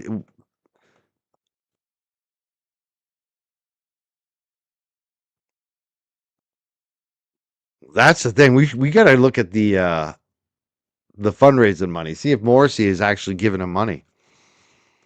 I mean, he's definitely shown him around. There was a charity event for opioids or something, or maybe the St. Patrick's Day breakfast. I can't remember which one. One of those events that they were both at, and one of the local reporters noted that Morrissey was introducing him to people. So I wonder if he actually gives them money though, because he's got a big slush fund. He could still pick over a bunch of donation money to him. I haven't seen that yet though, that he has, but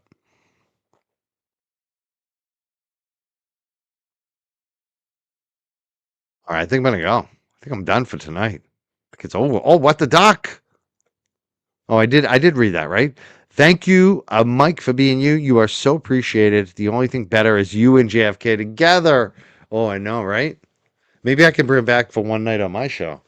One night with JFK. That sounds a little erotic. It's funny how I mentioned erotica earlier. That's something you get excited about. JFK on the Young Jerks is very. I'd be very excited with that.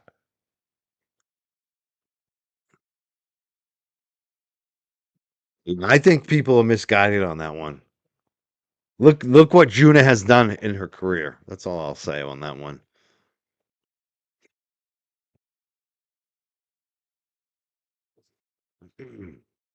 That's the thing too. Is like for me, I look at what you've actually done in the past. And I think one of the issues I've been looking at with Daesh is kind of what Rachel Rollins said the other night. Doesn't have a lot of experience. Not managing.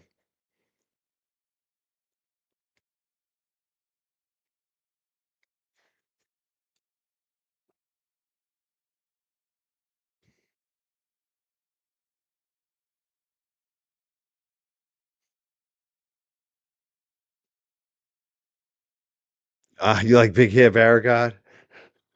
I'll probably have him back on the show. I'm pretty sure I'm gonna have Jimmy Barricat and Juna Perkins back on the show pretty soon.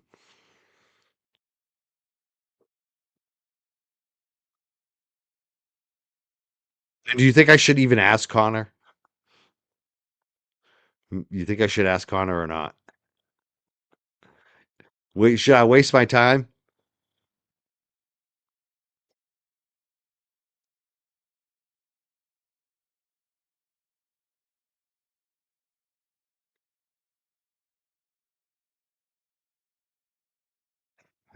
Someone said, ask him no.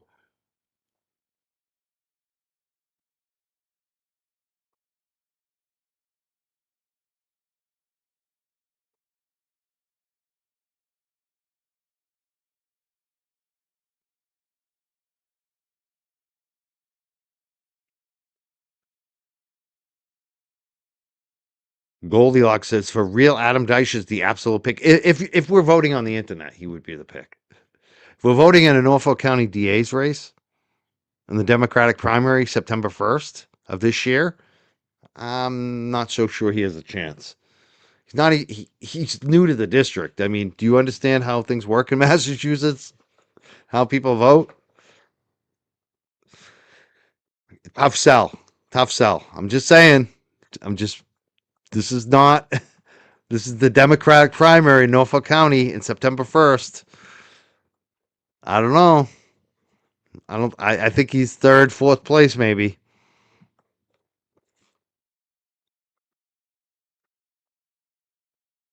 He has no endorsements. Who's endorsed? Who who from Norfolk County has endorsed Adam Deich so far?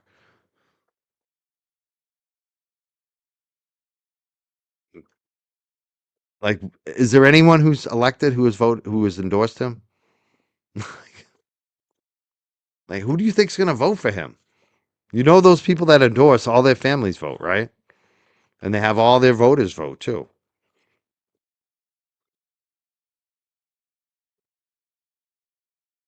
Like Connor has Proctor, but he also has some other endorsements.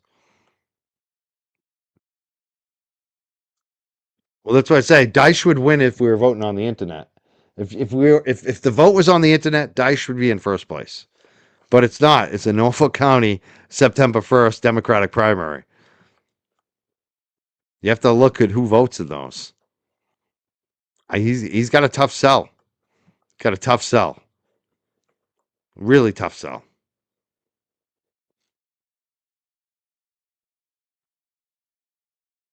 Yeah, lots of Greg Connor signs. That's what I hear too.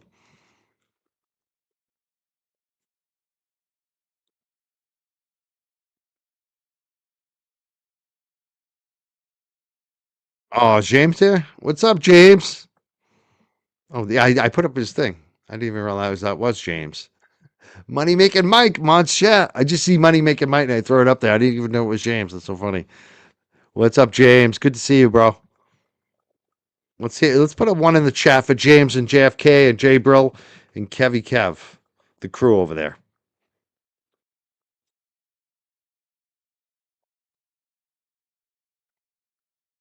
See, that's the thing, Yankee City girl.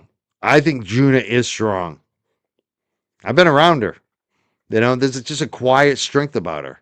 And if you hear her history, her story of what happened to her as a child, it makes sense.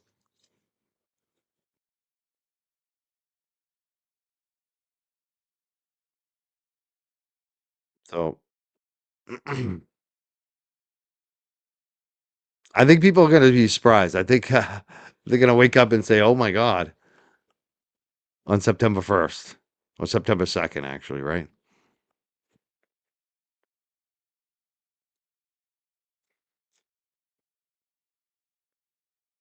Yeah, we're all getting hyped up for James Jackson being here. Let's hear it up for James.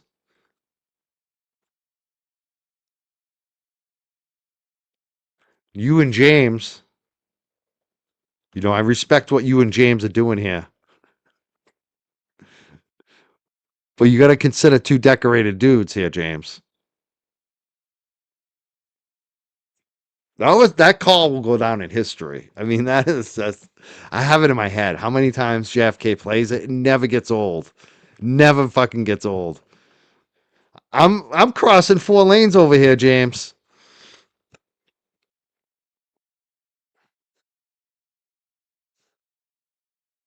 What happened to her child, her parents?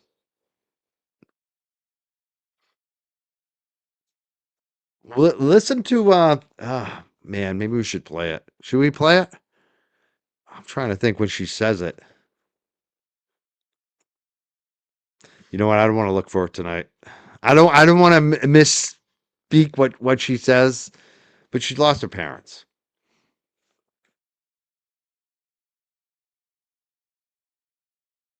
And it was bad. Like you think of troubled backgrounds growing up.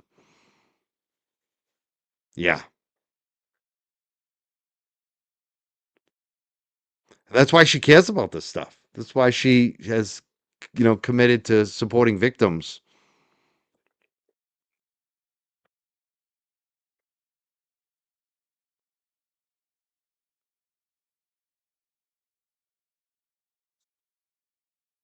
We're working too. And Governor McGrath Highway. We know where that is. Somerville, right? Is it? That's the thing. I'm like, is it Governor? I just call it McGrath Highway. I don't know. Maybe I'm missing a joke. Yes, I appreciate the things that you two do, right? Hey, James and JFK, I do appreciate the things that you two do, right? But what if you're talking about two decorated dudes?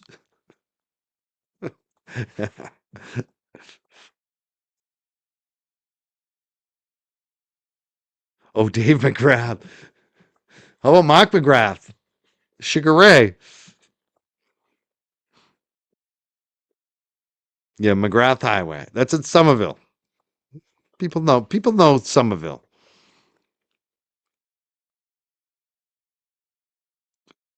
Yeah, everyone's got love for James in the chat.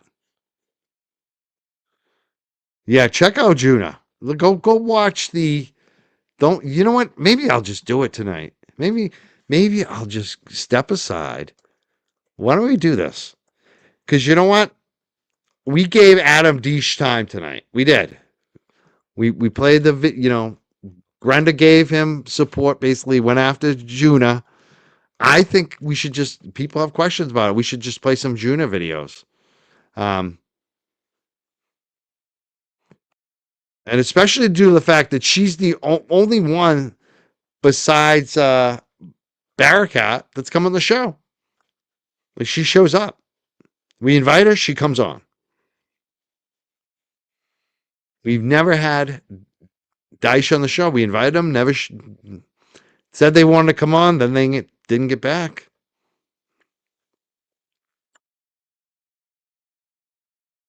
I'm looking for the most recent one. That's the problem here. I can't find it. God damn. Is it this one? No, 11 months ago. 4 months ago? Shit. Why can't I find it? Oh, you know what I'll do? Hold on. I'll filter it. I want to get the most recent one because I think that's the one where she talks about it.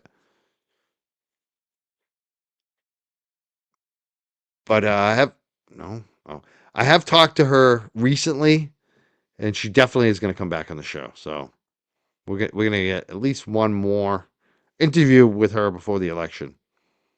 What am I looking for? Oh, let's say this year.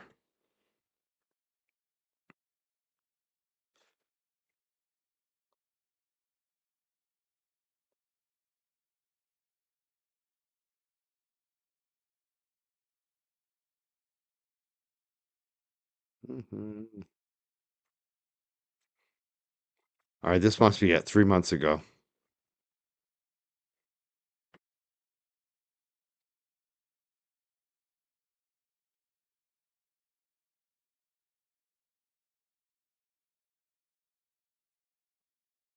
Mhm.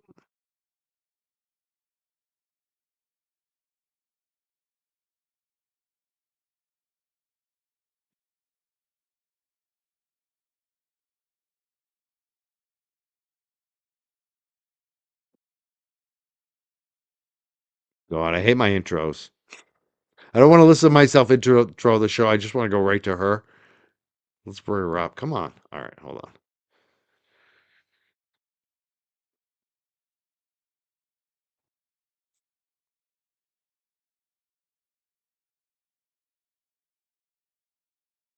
Endorsements from the select board members, from the conservation members, from all the local citizens. She's by far got the most local endorsements. And I think the number one metric I look at in campaigns to see how campaigns are doing is how many individual donations do you have from voters within the district? Come on, stop talking, last time I checked, this candidate is just stop talking, Mike. For Christ's sake, let's get her on the show. I don't even want to listen myself. I can't do it. Wow, what kind of introduction is this? Like, this must have been one of my longest introductions I've ever given, for Christ's sake. The show again tonight. Let's give a big round of applause.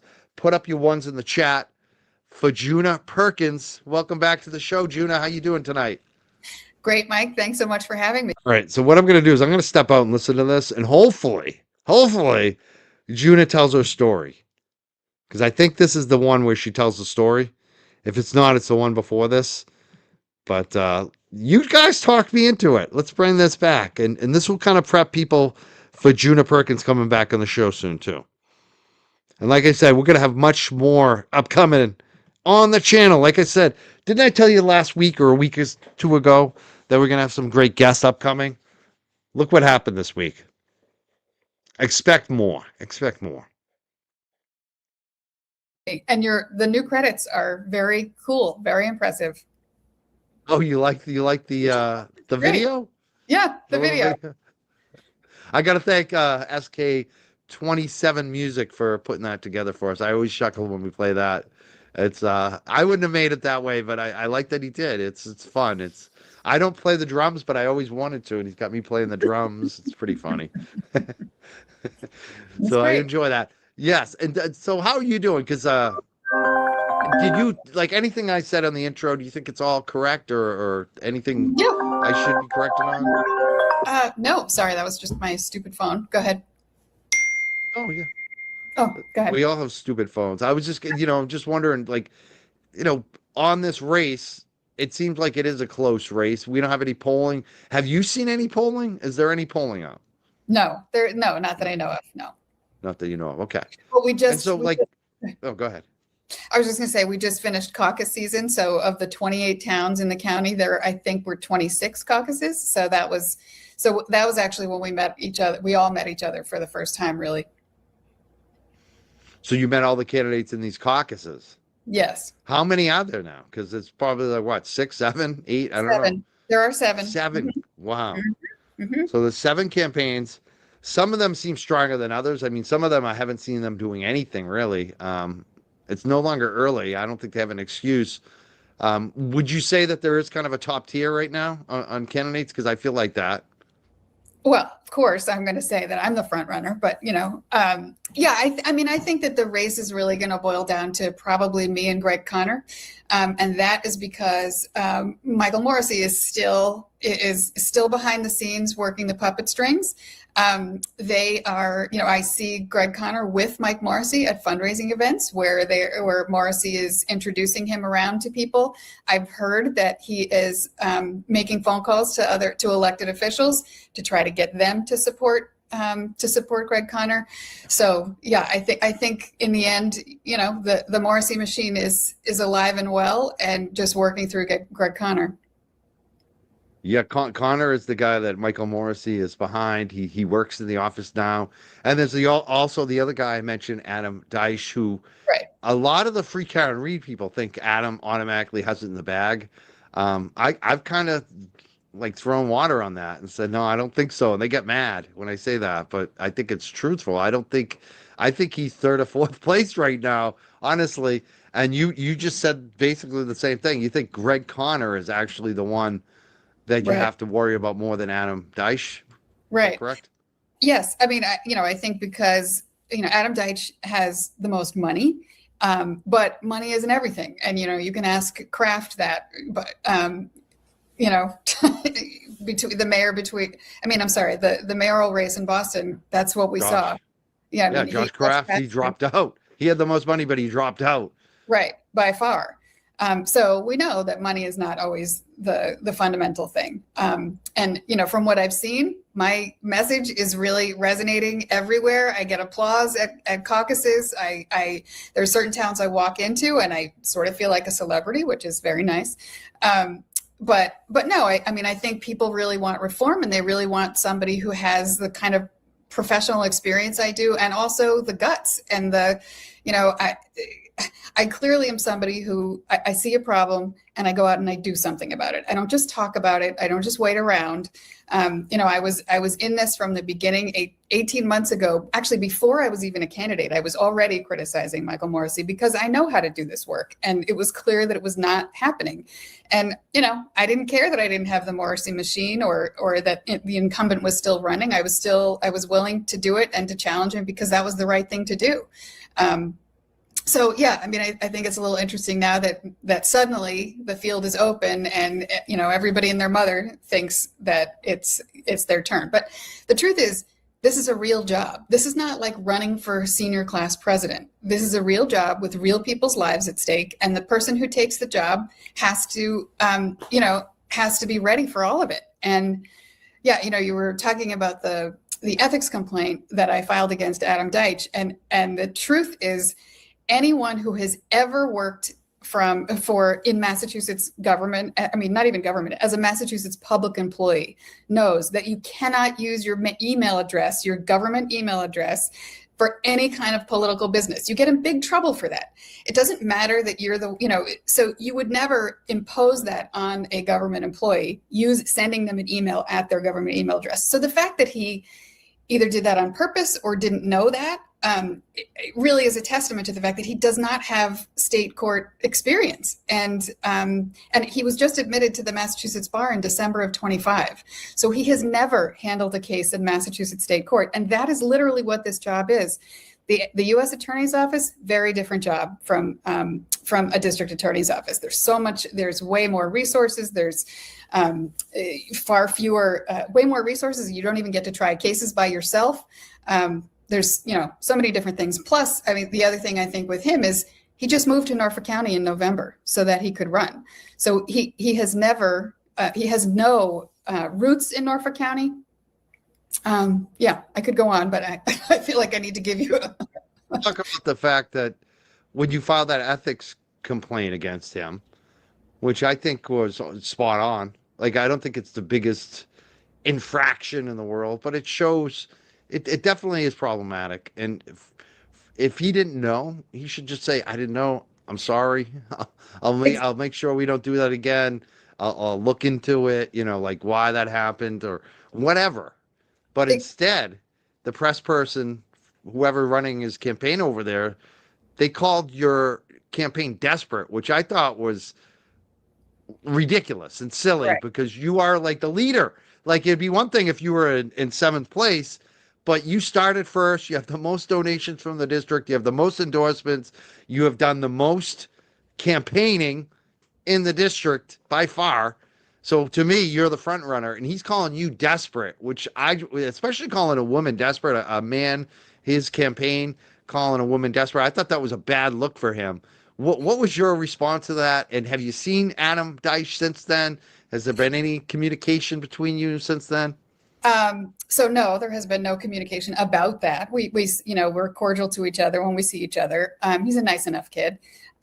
But to me, that's the point that you make is exactly right. Everybody makes mistakes. If you made the mistake, what a real leader does when they make a mistake is they own it and they take responsibility, they apologize, and they move on. But to me, the real problem with what he did with his response was that, first of all, as a trial lawyer, I know that when you have nothing else of substance to make an argument about, you do a personal attack. And so here's that personal attack. But also, that's exactly what Michael Morrissey did. That's what it reminded me of. Yeah, Michael Morrissey. Exactly. If we don't double down, when you make a mistake, that's just a terrible sign for a leader to just double down on the mistake. Because, literally, that is what we see over and over again. So are we just going to get more Morrissey with Deitch? Yeah. If it's really just about your ego and protecting your ego, then maybe it's more of the same. It is shocking. That was what I could not believe, is that response to it. Like, I expected some type of response, but that was the quote that your right. campaign is desperate, which is, it's not only is it like somebody said, like a petulant child, it's also like lying. It's not being, that's what bothers me. I don't like when politicians don't tell the truth. Right. It'd be one thing if you were in seventh place and they called you a desperate campaign. It'd be like, okay, there's some truth to that. She's in Right. seventh place. She has no donations. She hasn't done anything yet. But you are definitely one of the top front runners. If I had to put money on it, I'd bet you were going to win this race right now. Like Well, I thank said, that doesn't mean anything. It's still early. Don't hold me to it. But I mean, you're not desperate. You don't seem desperate. You don't seem to be campaigning desperate. I just thought it was a really, it's shady. It was shady and not truthful. And that's what bothers me is when you're running for people's votes and you're not being truthful about what's going on in the race. Yeah, I mean, yeah. Yeah, I'm preaching to the choir over here. Right. And the fact is, he won't come on shows too. That's the other thing. Like, I'm kind of surprised that he won't. You know, it's not about my show either. People are like, oh, why would he go on your show? I'm talking like he hasn't gone on Howie Carr. He hasn't gone on NBC 10 with Sue O'Connell. He hasn't gone on the Channel 5 current events show on Sundays. He doesn't do any. He hasn't done any press. It's really weird Right. that he's like. He's got an arrogance like he thinks he won the campaign already just because Karen Reed endorsed him. And I'm like, there's a lot more to winning a campaign than having one person endorse you. I'm sorry. Right. It just, Right. and I'm seeing you do the work. It's just, it's great. That's the other thing I like about you is you know, you have a full-time job, you have a full-time office that you run, your legal practice, but every night, every weekend, you're out working. And that's what is important to me when I'm thinking about who to vote for. I'm not going to be voting in this race. I'm not a voter. But when I'm looking at races, I'd say, hey, is this person a hard worker? Because I think showing up and your work ethic means a lot. He doesn't have a job. I see you out more than him on the social media. Do you see other candidates out at these caucuses and at these events? Or is it just you? Or am I out to lunch on this? Sometimes. I mean, generally, where I see other candidates tends to be things that are more well known, you know, like a fundraiser for an elected official or something like that. I don't tend to see them at the more obscure events, you know, like a lunch for seniors on St. Patrick's Day in Canton, or you know, town meeting where the whole town is coming out to talk about land trust issues. So I don't tend to see them at those places where there's just going to be voters, as opposed to people you think influential people that you think are influential, you know, like state reps and state senators and the attorney general and the governor, those kind of things. I see them there. But far less with regular people. When you're talking to regular people, not so much the electeds, what do they say they care about? What are they responding to you in your campaigning? Like what's kind of striking a chord with them? I mean, I think it's about, like, a lot of the other candidates focus on their technical qualifications, you know, like, I can try a case. And of course I can try a case. I've tried dozens of cases. But what people really need to know and want to know is first of all, a lot of people don't even know what the DA does. I mean, and doesn't understand why it matters to them, especially if they're law abiding. And in Norfolk County, we're a pretty safe county. So people are like, why does this even affect me? But people are really concerned about, in general, local government and governmental institutions that work. And when they see one like this that doesn't work, they are very concerned because it affects all aspects of government. And of course, if one person doesn't get justice, that means all of us are not getting justice in some way. And it just erodes the trust of the whole system. So they want to know, which of these candidates can I trust to have my back if me or a family member or a neighbor is a victim of a crime or is accused of crime? You know, which of those people has the life experience to really get it? Like, does she understand, or does the district attorney understand what somebody on the spectrum means, or somebody with serious mental health issues means, or somebody with substance abuse? You know, they want to know that the person who is speaking for them actually understands the world and also the law, and has the judgment to make the right decisions on their behalf. There's a lot of people in the Free Karen Reed segment that like Adam because they think he knows where all the bodies are buried. He knows where the corruption is. He's going to root it out. Well, how would you make the case for Juna Perkins to them? Well, so first of all, Adam Deitch may have investigated the Norfolk County DA's office and the state police assigned to the Norfolk DA's office, but he didn't bring any charges. So that means he either didn't think there was any corruption, or he did think it, but he didn't bring any charges. So I don't really understand that. I actually do stuff. So when I was a prosecutor, I played a huge role in people going to prison for decades because of the terrible things that they did. As a civil litigator, I have gotten 6-figure settlements for victims of terrible sexual abuse by doctors, by priests, by, all kinds of evil people. In the investigations I do of sexual misconduct and discrimination, people get fired, people get expelled from school, people get their licenses removed. So I do stuff. I don't just talk about it. And then, the other thing is, corruption is not so hard to discover or to prosecute. You just do it. And clearly, I think as somebody who has been running for 18 months and calling the district attorney out when everybody thought I was like, who the hell is this girl? I think that speaks to my willingness to take on the establishment, to take on tough customers. I think people are also really, and I don't know how your audience feels about this, but I think people are really also concerned about ICE. And so every time, they always want to ask about ICE and what we're going to do about ICE. So I definitely want to talk about ICE today. That would be a good one we could talk about. You mentioned a lot there, but one of the things I want to make sure we drive home, because you've said this a couple times, and I know it's true, is that you were the first one to call out Michael Morrissey. Like you said, even before you were running, you were calling him out. But as a candidate, you had the strongest statements calling him out. You even filed something against him at one point. And specifically, you, like on, Grace Curley's show, Howie Carr Radio Network, you came on and talked about when he said some crazy stuff about Sandra Birchmore, about her death. So you have been by far the first one calling out Michael Morrissey and his corruption. That's true, isn't it? Yes, absolutely. And so, I called on him to resign after the second Karen Reed verdict. Before I announced my campaign, I had a letter published in Massachusetts Lawyers Weekly outlining why I thought he was ruining the DA's office, both because of Birchmore and also because of Karen Reed, and also other families. And since then, I've heard of even more stories where the district attorney has, at the very least, treated family after family poorly, which is completely wrong. Another thing too, I mentioned Howie Carr Radio Network, Grace Curley. I'm a guest there weekly. Sometimes I fill in over there, but you're a Democrat. You're somewhat, some people think you're way too liberal. Some of these Republicans I talk to, but they have to respect that you were the candidate that did come on the Howie Carr Radio Network. You had no qualms about going on that platform. Like where, again, Adam, I know has been invited. He didn't go on. He hasn't gone on.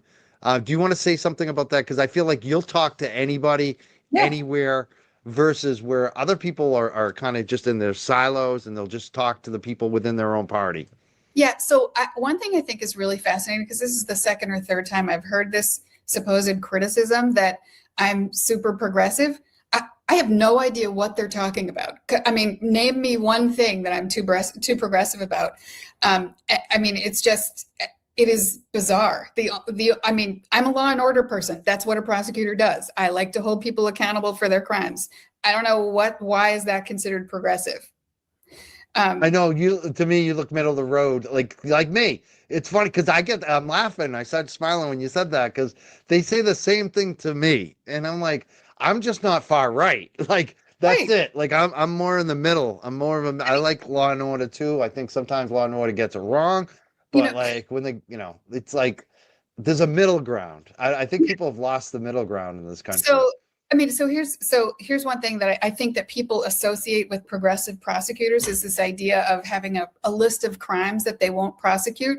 Because that's what Rachel Rollins did, and that's what they consider progressive. So if that's what people are thinking about, I just want to make clear, I totally disagreed with Rachel Rollins when she said that, because no real prosecutor would ever say such a thing for a couple of reasons. One is that the state constitution requires the executive branch, which prosecutors are, to enforce the laws passed by the legislature. So you can't say that you're never going to prosecute a particular crime. That said, every crime is different, and you have to evaluate it based on the individual facts and circumstances of each case. So the best example of that is shoplifting. There's a huge difference between a kid who's shoplifting because he's hungry, a guy who's shoplifting because he's feeding an addiction, and a ring of thieves who are going from, big box store to big box store, or mom and pop shop to mom and pop shop, and shaking them down. You never want to say to the mom and pop shop, oh yeah, I'm not going to prosecute that. Too bad for you. That's ridiculous. Same thing with that ring of thieves going from big box store to big box store. The other two situations, though, are pretty different. And I think that most Americans would agree that the person with the substance abuse, yes, you want to hold them accountable, but also you want to get them the treatment that they need to stop needing to shoplift. And the kid who's hungry, well, I think we are all hoping that we just feed that kid and get him the help to get more food at home and to see what other services he needs. I think most of us would, with, of course, some accountability still, but you're not sending that kid to prison, to jail for shoplifting, which, by the way, is not even a jailable offense. So there. And details matter. That's so important. Like, there's a difference between a kid that's hungry and organized crime, basically, which, some of these shoplifting rings are. And yeah, with Rachel Rollins, I think she went too far. And it's funny because I don't see these same people saying it about Adam Deitch, and he worked for Rachel Rollins, so it's kind of funny. Like, it's like, I think people miss the details a lot of times in these races, and that's why I just hammer it. I just repeat it over and over again how I feel and what I see, and hopefully it trickles down, because I feel like some people don't listen or don't look at details, and I think details matter. I'm glad you brought that up. Let's talk about ICE, because you brought up ICE. Mm-hmm. That is a big issue, especially what's going on in the country, and who knows what Trump's going to do next. What are your thoughts about ICE and what could be done, and what are people's concerns? So, as a prosecutor, my biggest concern with ICE is interference by the feds in local prosecutions. So a few months ago, this case happened in Boston Municipal Court, where they were prosecuting a bad guy who had, I think it was for like forgery of a driver's license. So it doesn't sound like a huge crime, but apparently he was a bad guy. In the middle of the trial, the judge took a recess for lunch or something, and the defendant walks out of the courtroom to, go get lunch or whatever, and ICE takes him in the middle of the trial. And so the judge decides to dismiss the case. And so now the case is just over, which means that the state of Massachusetts did not have their crack at this person to get accountability for that crime. And that is really bad for us, because that means if this guy, for some reason, gets out of ICE custody and comes back to Massachusetts, nobody knows that, that prosecution is dead. He can't be arrested. He can't be re-prosecuted for it. It's over. And so we've lost our opportunity to keep our own community safe. And that is not fair. That is not what the feds are supposed to be doing. Then the second thing, of course, is that if ICE is going to courthouses, guess what? People don't report crime. People don't testify as witnesses, and they won't show up, and they won't be helpful to the police. And that makes the rest of us unsafe. So even if you despise immigrants of all kinds, the fact that ICE is coming to our cities and towns and interfering with our safety makes the rest of us unsafe too. How do you fix that? How do you make sure that ICE isn't doing things? So, it used to be that there were just these informal agreements, that there were just kind of agreements. They'd pick up the phone and the DA's office would do their prosecution first. And if the person was sentenced to jail, they'd fulfill their jail sentence, and then they would go, and then ICE would come and take them. But now, I think what has happened in the last, year or so, those conversations haven't been happening. And I heard from a friend who works for the trial court not long ago that it's getting a little bit better, that they're kind of negotiating, there's some negotiation between the state and the feds that is better than it used to be, but it's still really troubling. And I think, and then finally, the other thing that people, of course, are really concerned about is excessive use of force and unlawful detention.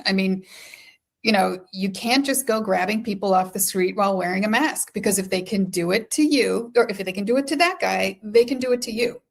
And, we know that they have taken citizens off the street, and that is just wrong. And, and you can't use excessive force to arrest somebody or detain somebody. Ask Derek Chauvin, that is just not the way we do things. Now, there's a police officer in Boston that just got indicted for manslaughter. Mm-hmm. Would you consider doing something like that against an ICE officer if something happened to you? Yes.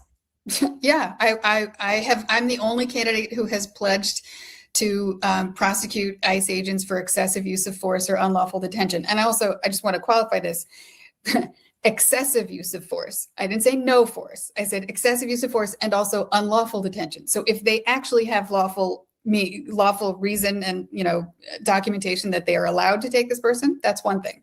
But if they're just grabbing random people off the street, and if they're using excessive force, then yes, I absolutely would prosecute them. And the week after I said that, by the way, the Northwestern District Attorney, so an actual elected district attorney, said the same thing. So I'm a trendsetter. One of the things that you've been setting the trend on too is when you first came on the show, you said you would not take any donations from employees of Norfolk County DA's office, like Adam Lally, who's made Correct. several donations to Michael Morrissey. Are other candidates doing that? Have you heard any other candidates pick up on that, or is it just you No. in the race? I think it's just me. And I will say that I have seen, for Greg Connor, I have seen many employees of the Norfolk DA's office doing standouts for him, collecting signatures for him.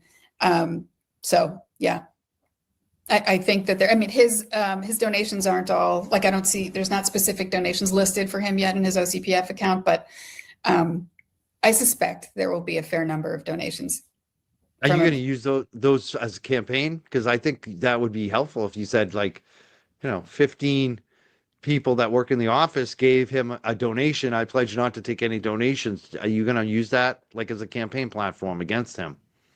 Yeah, I do think it's wrong to do that, and I do think it's wrong to make people worry about their jobs based on how much they donate or whether they donate. When I was first a prosecutor way back when, and learning how to be a prosecutor, both my bosses, Scott Harshbarger and Ralph Martin, both said, you do the job based on what the right thing is to do, regardless of the political consequence. You leave the politics, you do the work, you leave the politics to me. Excellent. Now, there's a guy named Tim Bradle that I know you know. He's out there doing some high-profile cases right now. And you guys work together in the DA's office. I've talked to you both about each other. I'm just wondering, do you try to get his endorsement or his funding? I know he's a little more conservative. What do you talk to Tim Bradle? Does it even matter? Or am I just making more out of this than I should? Oh, I haven't spoken to him throughout the Karen Reed case, but not for any negative reason. We just haven't. But I always liked Tim. I thought he was hilarious, and that. And there's a lot in the criminal justice system as either a prosecutor or a defense attorney.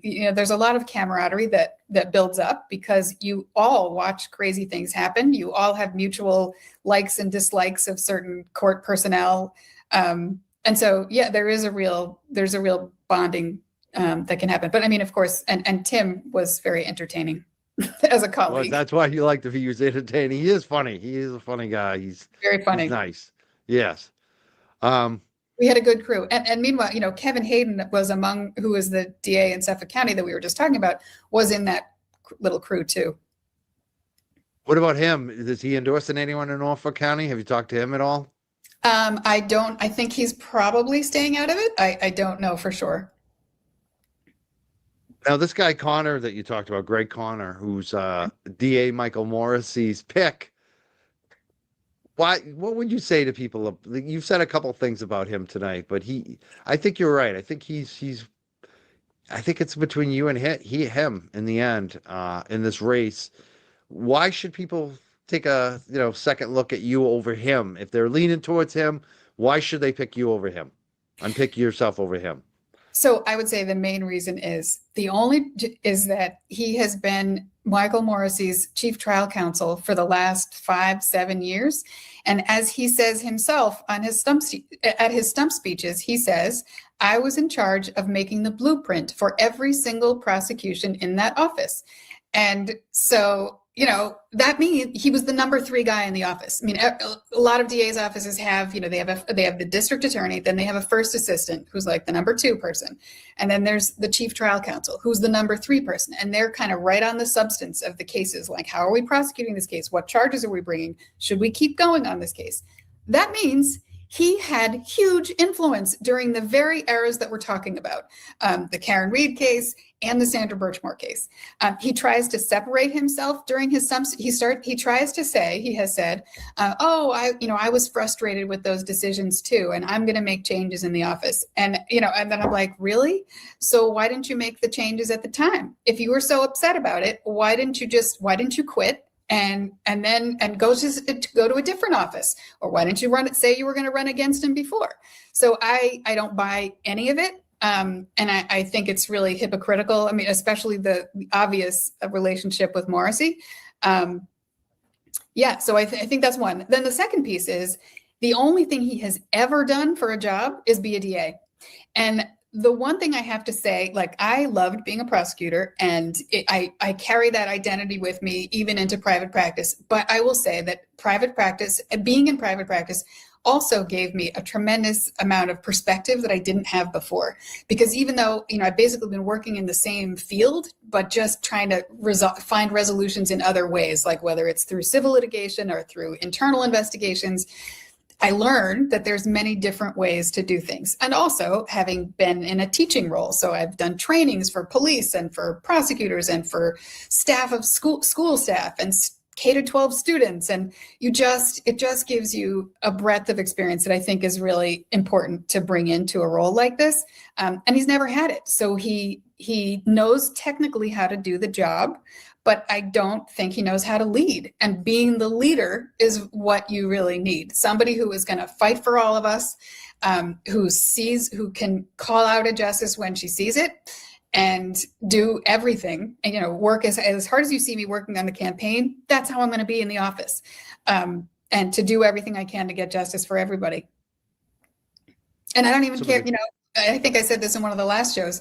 Even if you think I'm a terrible person, you're still going to get the same good service from my DA's office.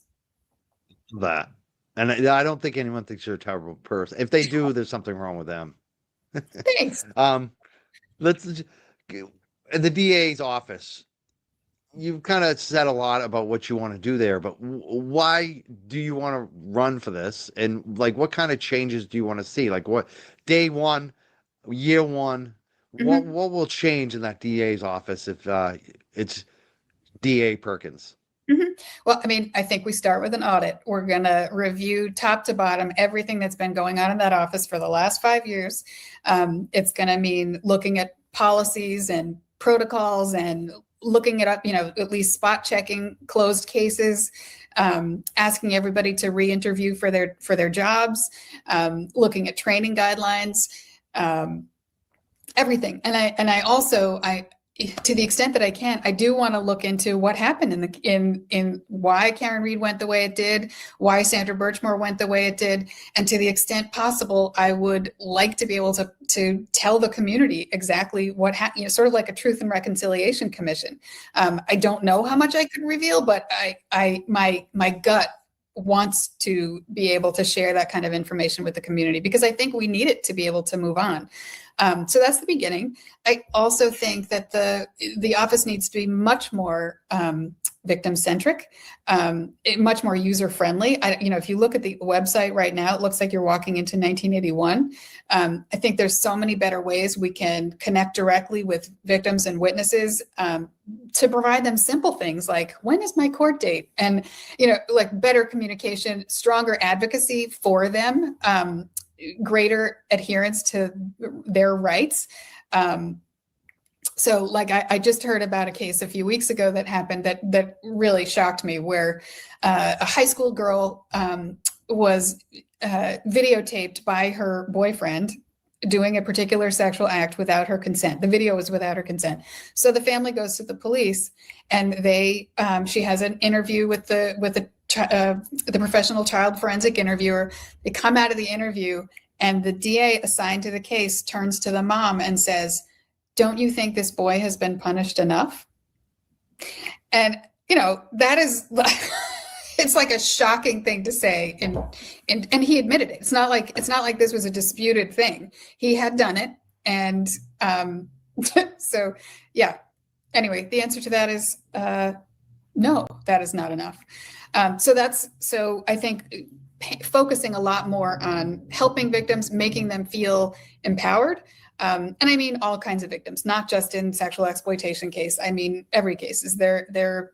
I think we can do a much better job in collaborating with community partners, and also geographically. The entire county is 28 towns, 730,000 people. Every single town I go to outside the most populous, like the 4 most populous towns, has said, we haven't seen the district attorney in years.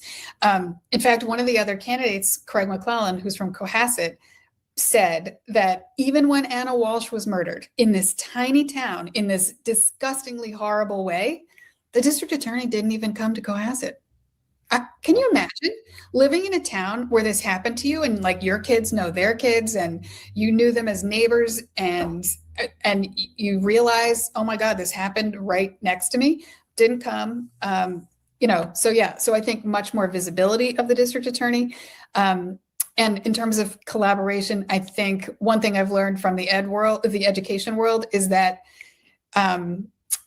whenever they have, many schools have something called a students of concern team, where they meet weekly to discuss any kid who's having a problem for anything, whether it's, struggling in school or social difficulties or drugs or anything like that. And they all get together and they say, how can we better support this kid? And I think that that's something that I would love to see transferred over into the criminal justice world too, where we're working with police departments and school departments, mental health facilities, community organizations, whatever, to talk about how, if there's kids who are particularly at risk, or people who are particularly at risk, how can we help them to feel like they belong and they're productive? Because in the end, that stuff is what keeps us really safe.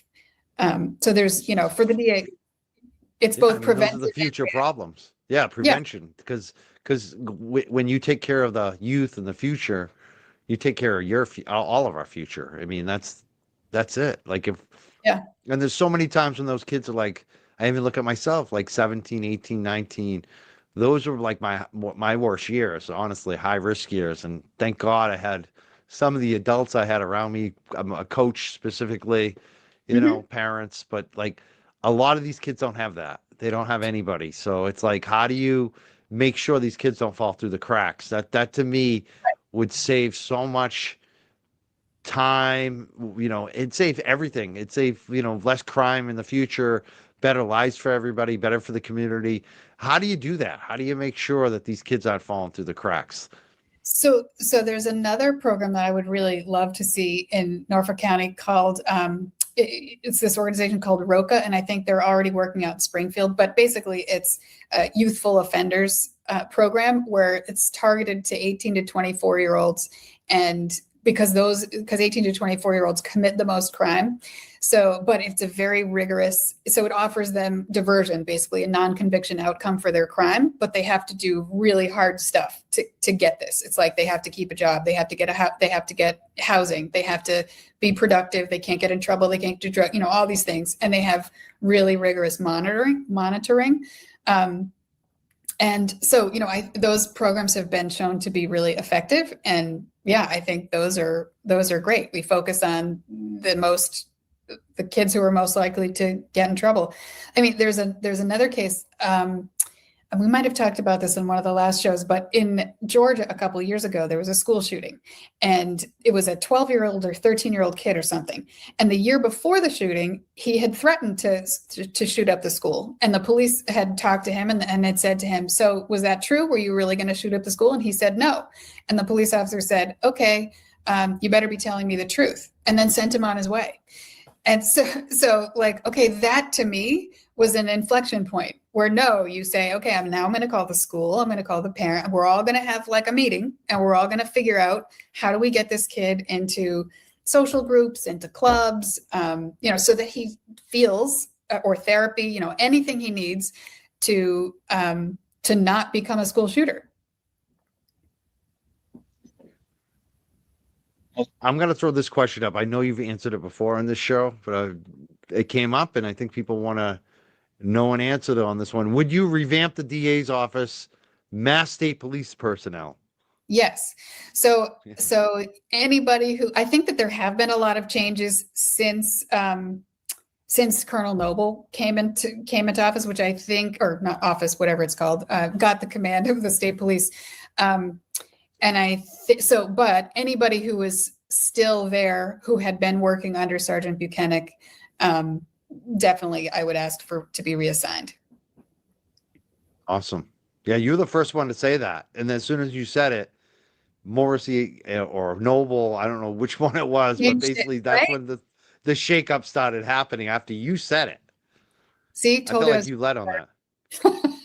Right. You forced them by bringing it up. I felt like.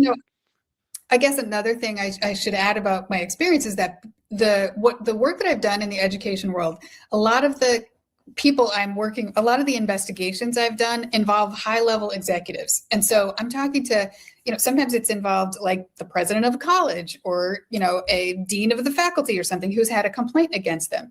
And so I talk to HR, human resources people all the time about management issues and toxic work environments and how do you fix those. And a lot of the other work I've done has been discrimination in the workplace. So like I have a lot of experience working with managers and trying to figure out, having a broader view of how systems should work. Organizations. Yeah, organizations. So the other thing I was going to say was back to what will I do in the first year. We talked about the audit before, and I would want to take the audit should also include feedback from current employees because many may have great ideas, many they have interesting things to say. But I would want to take that information and then do a strategic plan for how to improve the office. Is it, more substantial? What are the goals exactly? Are we trying to prosecute more cases? Are we trying to get more resources so that we can do a better job prosecuting? Are we trying to make the whole office more user-friendly? All of those things. And then to be able to execute that plan in the next, for the first term. I love it. It sounds like you've got a full plan. You know what you'd be doing on day one. You also mentioned truth and like reconciliation, almost like a report. You'd probably have after this audit, you'd put out something to the public so we can see it and see what the issues are and see how things need to be changed and what's your plan. Is that kind of what that would look like? Yeah. I mean, I think we need transparent. It's like, sunlight is the best. I don't know. I'm going to mess up that phrase, but is the best disinfected. There we go. Sunlight is the best disinfectant. Yeah, I think the community needs some truth in order to be able to move on and to try to to rebuild that trust. Yeah, I mean that's what people have been asking for ever since all these scandals broke. It's been tough. I mean, I especially feel bad for the family like of Sandra Birchmore, for instance. They're still going through this trial. A lot of uncertainty too, whether it was just this one person or were there other people involved. Would you be looking into that? Because it feels like from what I've seen, especially from some of the advocates, like we have a woman named Mizzy who's close to the family. She's a big time fighter for Sandra and her family. And she thinks that there are other people that should be held accountable that haven't been accountable for Sandra Birchmore. Would you be looking into that, or would you just let the feds do what they're doing with Matthew Farwell? It's an interesting question. I mean, I would love to be able to hold more people accountable. I worry that, I think partly it depends on what happens with Farwell, like what evidence comes out in that trial. I'm definitely open to doing that. I like in my heart of hearts. Yeah, they should, every single person involved should pay. And, So yes, if that is possible and feasible, I would do it. And again, like you said earlier, details matter. It kind of matters what we find out about Yeah. the other cast of characters. Maybe through this trial, hopefully we'll find out more information might come out. There might be more information in the office that you're not aware of that you'll find out when you get Right. sworn in. So we'll see. That sounds good. But the other real tragedy about the the Farwell prosecution now is that Farwell is being charged on these federal charges that have different elements that you have to prove than murder. Murder is an easier charge to prove than what they're trying to prove, because they have to prove that he purposely was killing her because she was about to expose him. So, that piece of proof might be a little bit more difficult. But that means that, so if there's no outcome, if there's no outcome sort of in favor of the Birchmores, then we're potentially left with no accountability at all for Farwell. And that is because of Morrissey's failure. It's shocking that he still was claiming that was suicide just 6 months ago. It's unbelievable. No, it absolutely is. Has Greg Conner said anything about Sandra Birchmore or Karen Reed? Yeah. Have you heard make any statements on this stuff? Yeah, well, at caucuses, yes. Greg Conner says that he believes that Karen Reed was overcharged and that there should have been a judicial inquest into Sandra Birchmore's death. But it's interesting because he's saying that now. He didn't say that back then. And he certainly seemed happy to continue being in a leadership position in the office throughout that entire time period. And he certainly seems happy enough to be accepting Michael Morrissey's help. That's interesting that he said she was overcharged. So he's kind of criticizing his boss and who he is working for the entire time. Right. Now that it's safe to do so.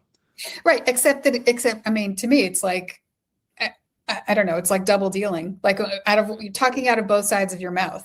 Right. You're like, I'm accepting help from you, but I'm also criticizing you. And he speaks parsing words very carefully. He says, I haven't asked Michael Morrissey for his endorsement. I'm like, well, but Michael Morrissey's calling people on your behalf to get them in line. Yeah. Does anyone really want Michael Morrissey's endorsement? Right. Right. Yeah. I don't think so, but I think he likes it just the way it is. I think like you said, he likes the private phone calls to people who were part of the machine who were just going to get in line and get behind him and nothing public. It was just Michael Morrissey makes the call to his soldiers. Right. And that's hopefully enough for him to win this race. Right. And so it's the same old.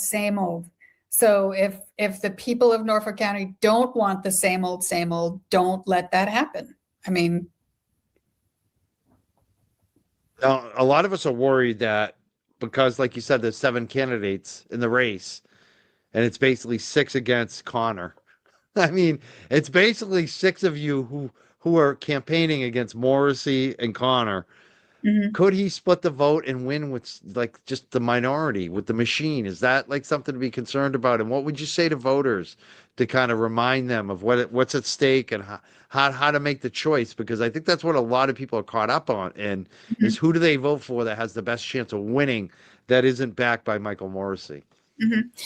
Well, I think the Morrissey machine, their belief is that only Quincy matters. But Quincy is actually not the voting powerhouse that it once was for that machine. First of all, there's a lot more progressives in Quincy now than there once were. And we can see that in the Quincy City Council race. There's plenty of other people who are against the machine. I think like half the city councilors now, at least. In addition to that, they don't have the highest voter turnout. In the last election, it was actually Brookline that had the highest voter turnout. Wow. So I don't see many of those towns, many of the towns outside Quincy, going for the Morrissey machine. And do you think you'll do well in those other towns like Brookline? Yes, yes, I do. Because I can't imagine it otherwise. I mean, so here's the other thing. About 30 to 35% of all crime is like domestic violence, sexual assault, child sex abuse, elder abuse, all of those kinds of things. Domestic violence, as we know, and sexual assault disproportionately impact women. Of course, yes, there are men who are victims, but there are 11 district attorneys in Massachusetts. Only one is a woman. That's it.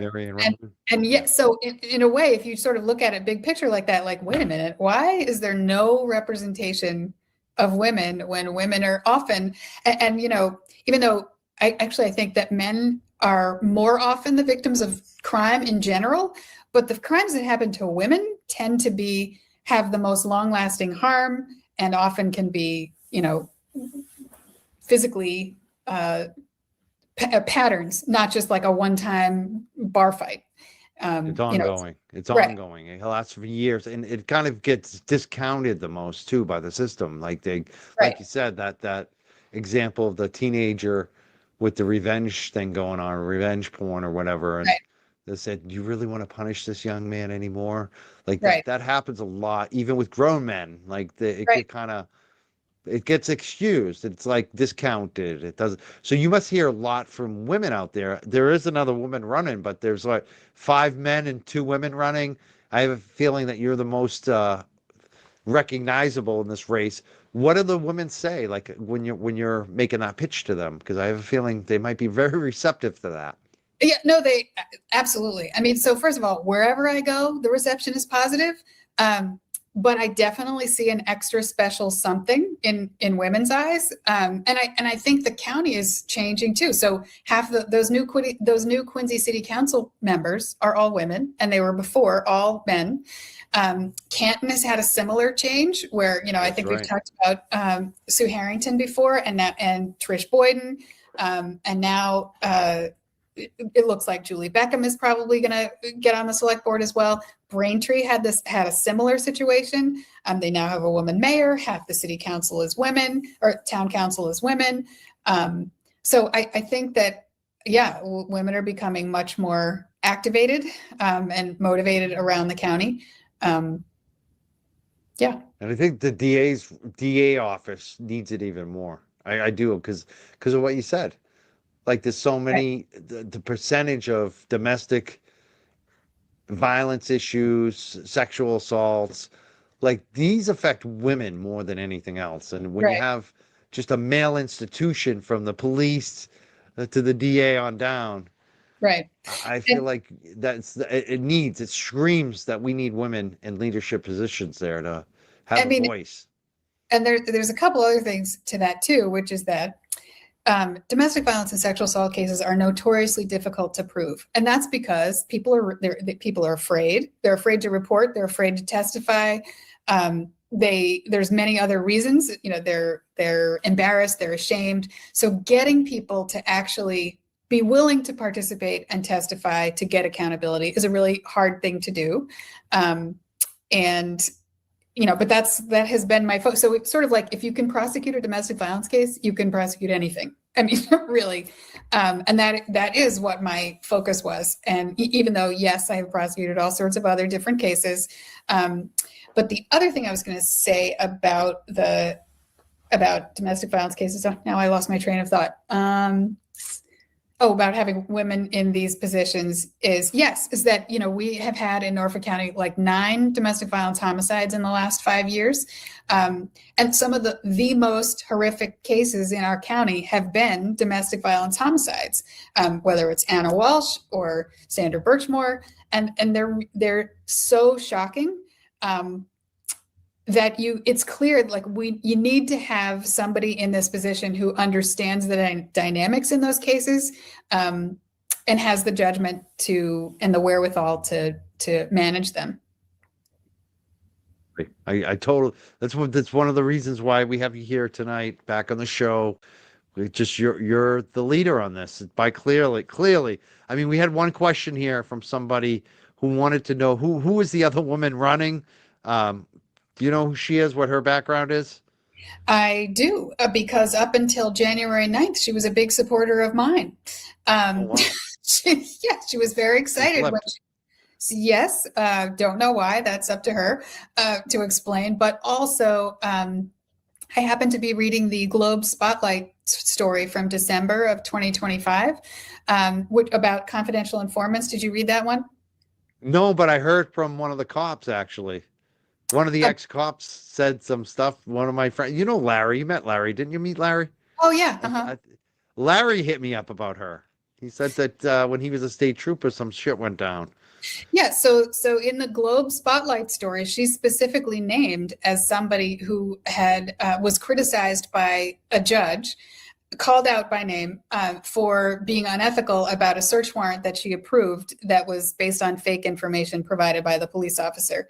And in her comment, she said something like, I don't remember that, you know, for the Globe story, she says, I don't remember that. I signed off on a lot of search warrants.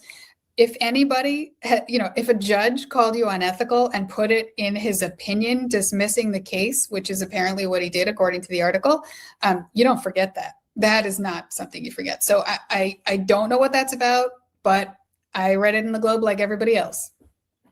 If you need any opposition research, I think you should talk to Larry Smith, the former Mass State Police, because he hit me up about that candidate, and he was like, Mike, if you have her on, I got all the dirt on her. Something went down when he was with the Mass State Police with her. So that might have been the situation there or another situation, something like that. Where was he assigned? I'm not sure. You know, he was with Mass State Police. I'm not sure exactly which case or he wanted me to give him a call. I owe him a call. I need to follow up with him.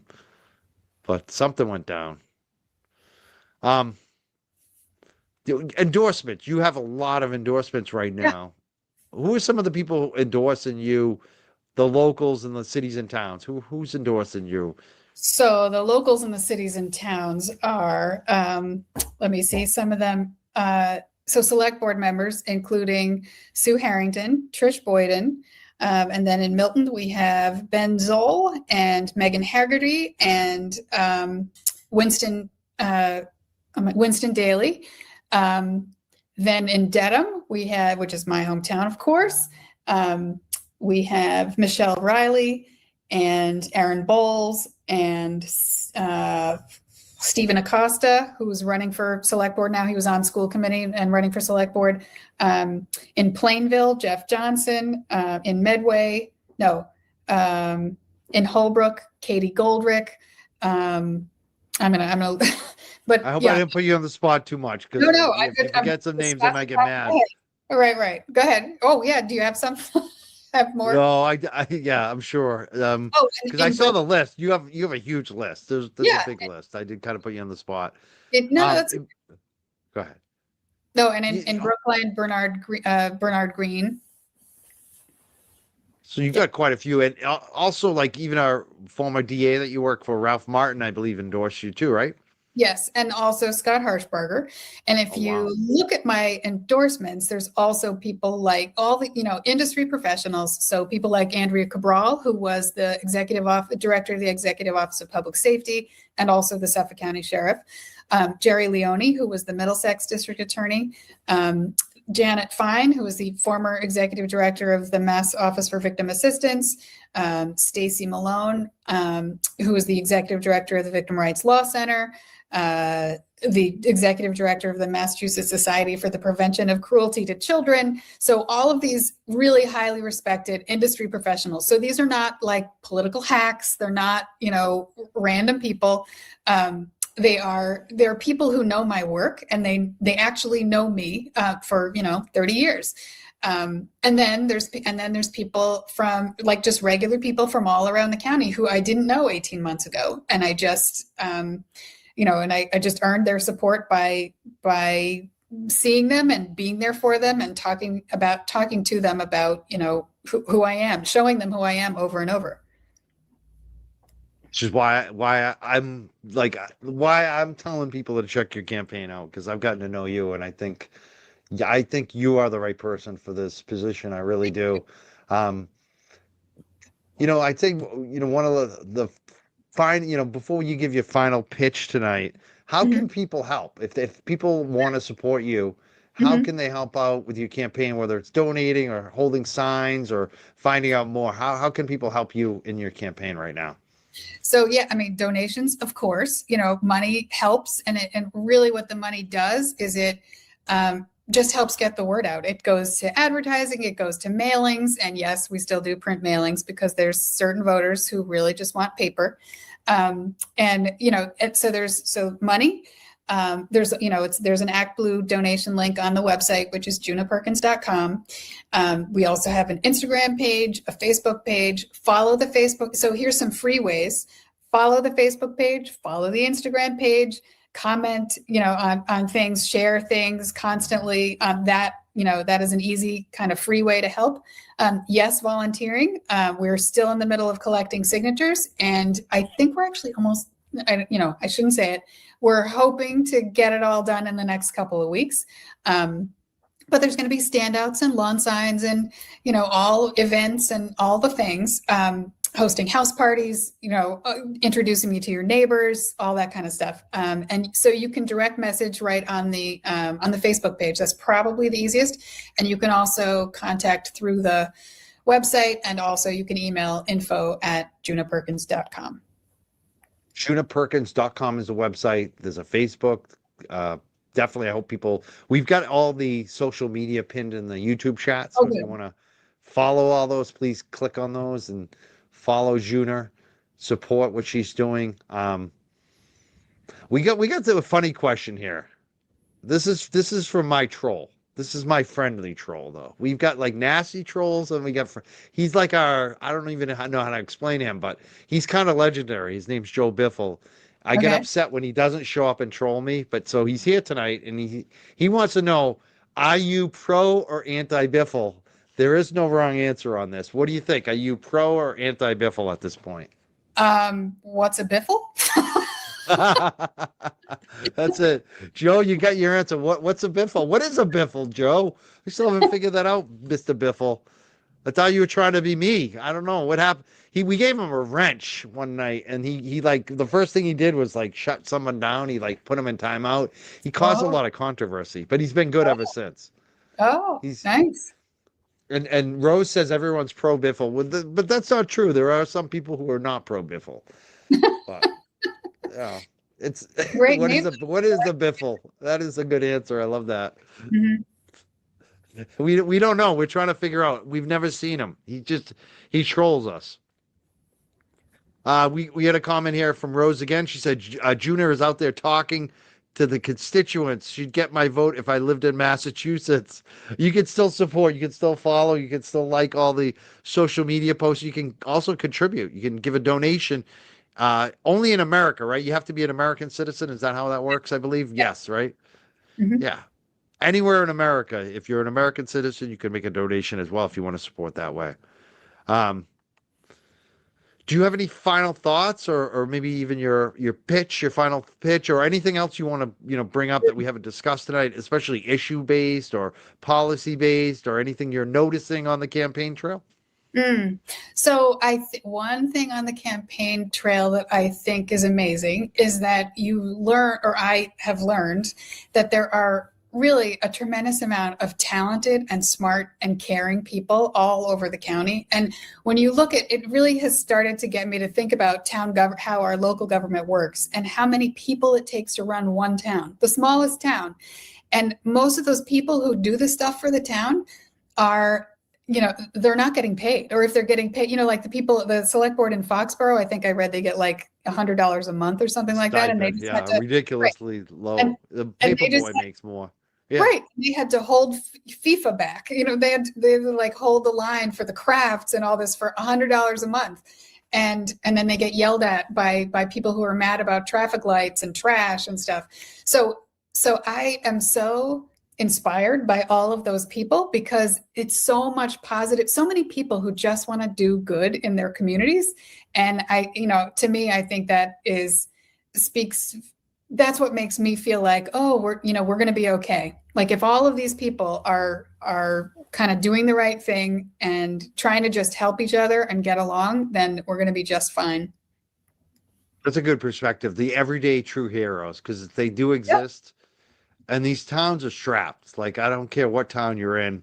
I'm in a rich town and we're all dealing with it. We're worried about our trash service next. Like the cost of government, the cost of just everything is going up, and especially these local towns, they're all hurting. It's not like people are making the big bucks working for these towns. Even the ones that do have paid positions, they're not the best paid anymore. It's tough times, and there are a lot of people, like you said, they're just working for their $50 a month, if even that. Some of these towns, they don't even pay that. You don't even.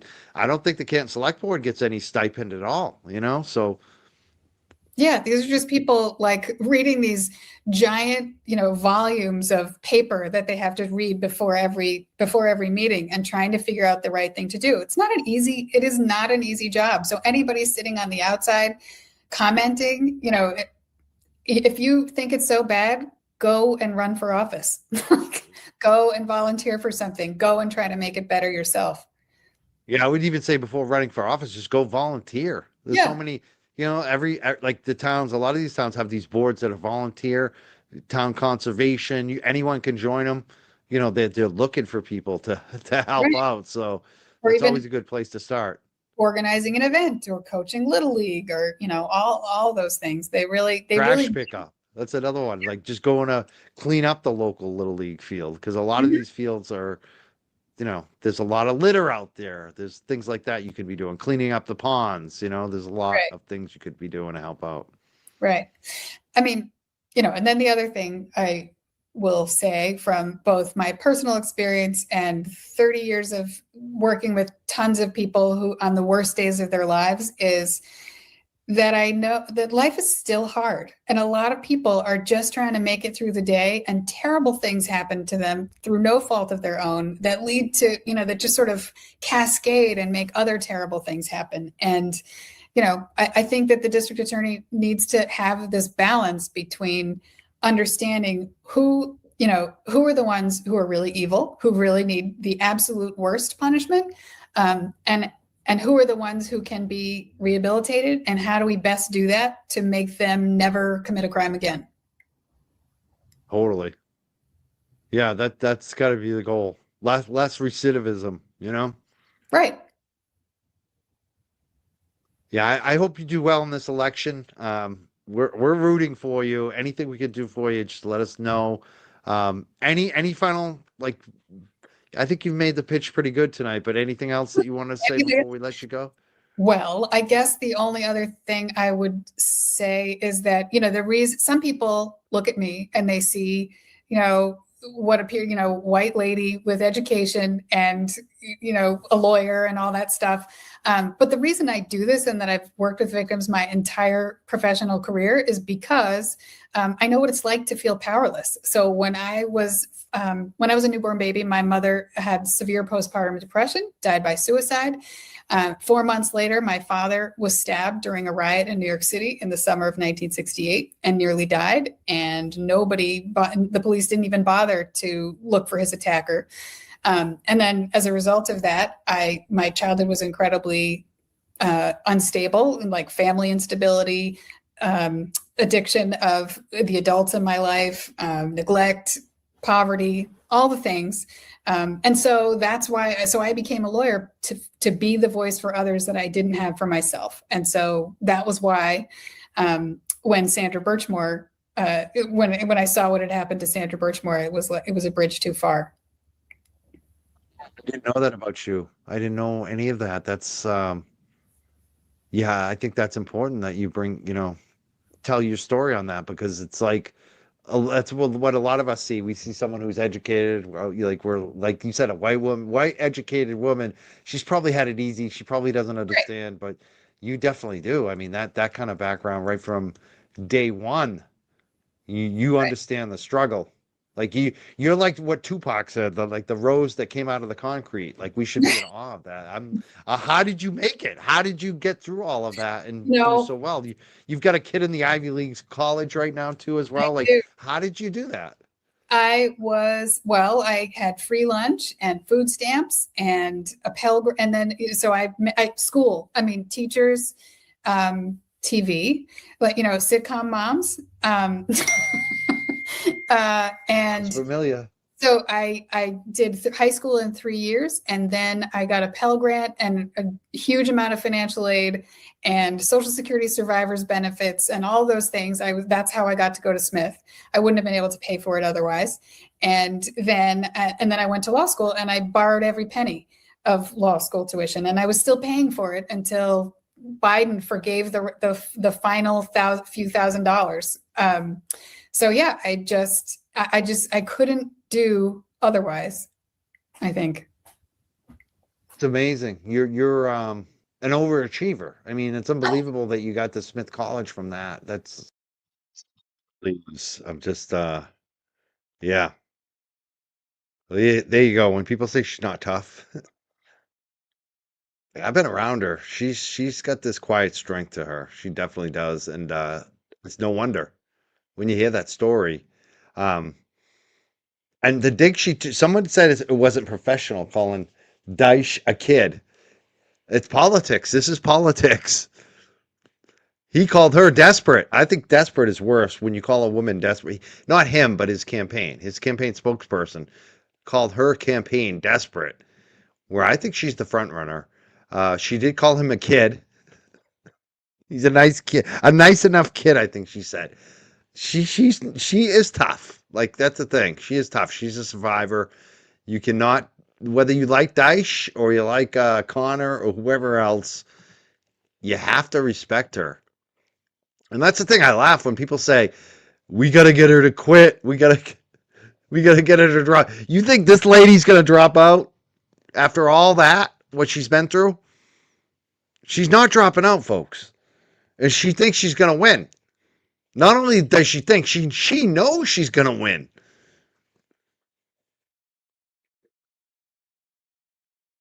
And I'm not saying it's guaranteed she's going to win, but if I had a bet, she's the next DA, people. We'll see what happens. It's going to be up to the voters.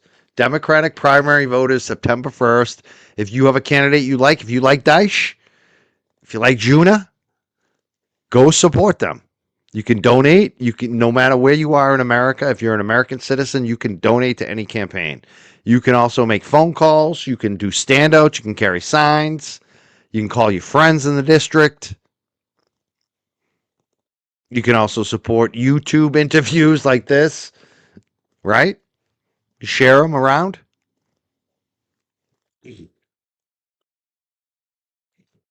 I know too. That's the thing. Like, even with what Brenda did tonight. I like Brenda. I'm not mad at Brenda. Brenda has every right to speak her mind and support the candidate she wants. But I think the fact that she brought up Juna so strongly, the people watching at home that don't know anything about it the first thing they're gonna do is look up Juna. And a lot of them, half of them are gonna be women, and they're gonna support her. And more than half of the Democratic primary voters are a woman, right?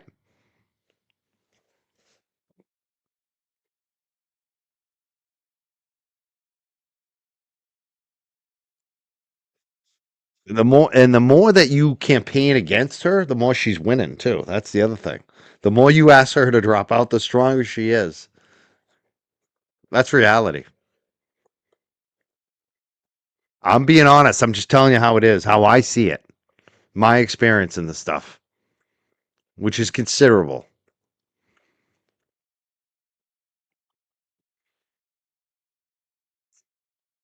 I think it's either Juna Perkins or Greg Connor's going to win. And I don't think Connor's going to win. I think it's going to be Juna Perkins. We'll see. Maybe I'm wrong. Maybe Daesh will do all these towns and cities and pull it out, but I'm not seeing it. I'm seeing Juna Perkins being endorsed by all the local leaders in these towns. And that does matter because people in those towns do know those people and they did win votes. And when Susan Harrington is endorsing you, it does matter. I thought Susan Harrington was great too at the end of the hearing today. I have to say, I'll give my speech. 4th of July, a lot of dogs do get lost. We see this every year in my town.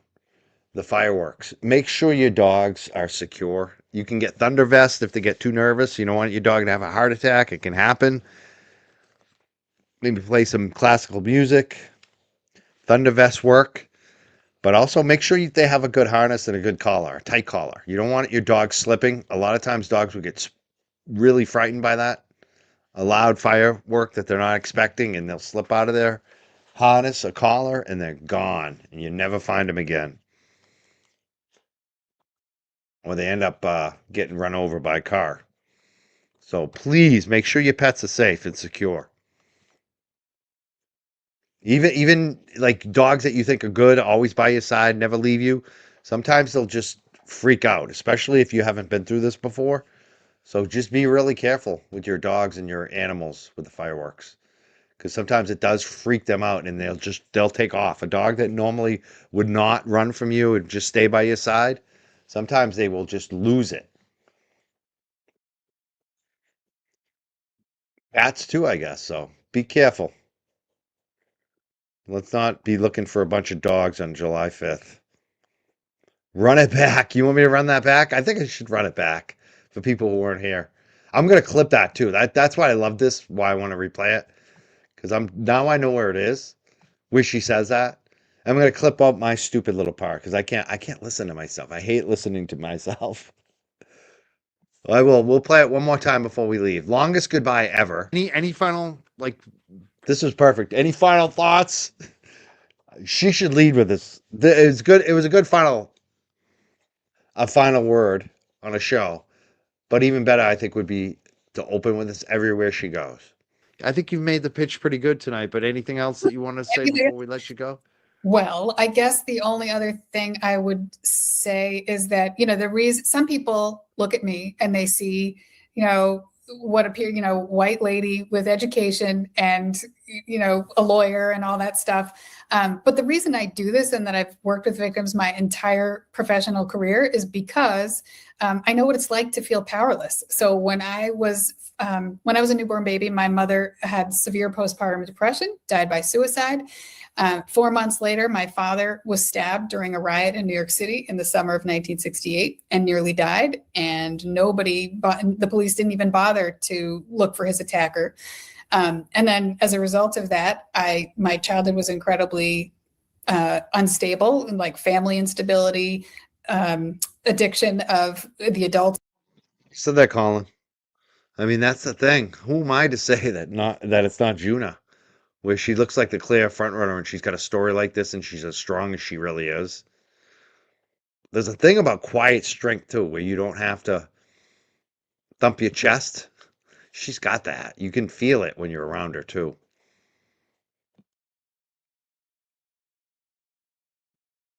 In my life, neglect, poverty, all the things. And so that's why, I became a lawyer to be the voice for others that I didn't have for myself. And so that was why when Sandra Birchmore, when I saw what had happened to Sandra Birchmore, it was a bridge too far. That's the thing too, Kim. I appreciate that comment. I try to be fair. Like, some people think I'm totally against Adam. I'm not against Adam at all. Hold on one second. Louise.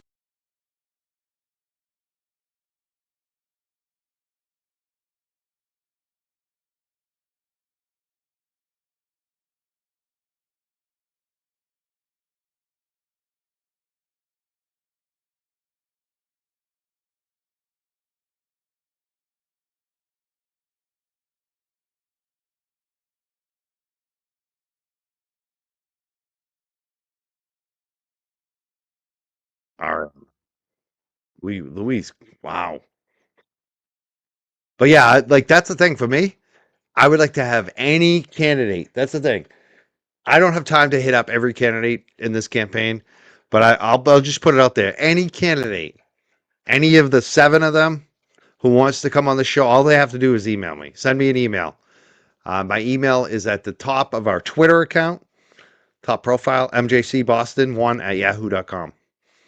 I want them all on the show. I've invited a bunch of them. So, like, any of them, and any of them that come on, I'm going to be nice and fair to them and welcoming. That's just the way we do things here. I'm not endorsing anybody. The only race I've actually, I'm out of breath from running up and down with Louis. The only one endorsing this year in this election is going to be the Republican for treasurer, just because of Deb Goldberg is so anti-worker to me, based on what she did with Lorna McMurray. But beyond that, I'm not doing endorsements. I don't like to do them. I don't like to pick campaigns because often we're wrong. And who am I, especially in a district I don't even live in? So what I'm doing is doing what I think is best, which is offering coverage and being fair and giving you commentary, in my opinion, on what I'm seeing in the campaigns.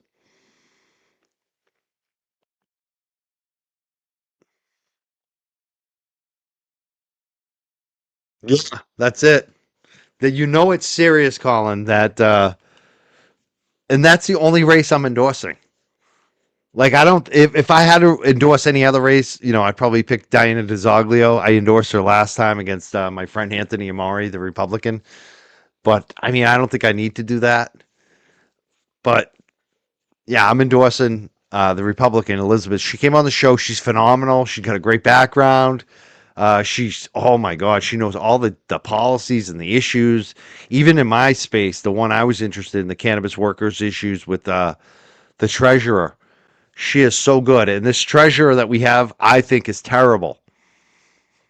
So yeah, we need to replace our Democratic treasurer. That's the race I care about. It's the treasurer race. I want the Republican to win. Can you imagine that? Yes. All right. I think did we let Juna finish the second time? I ran it back, right? I didn't know that about you. I didn't know any of that. Oh, okay. That's let me forward myself. like, I don't want to why listen to would- myself. why- Do I mean that struggle? Like how did you make college right now too as well? Like do. how did you do that?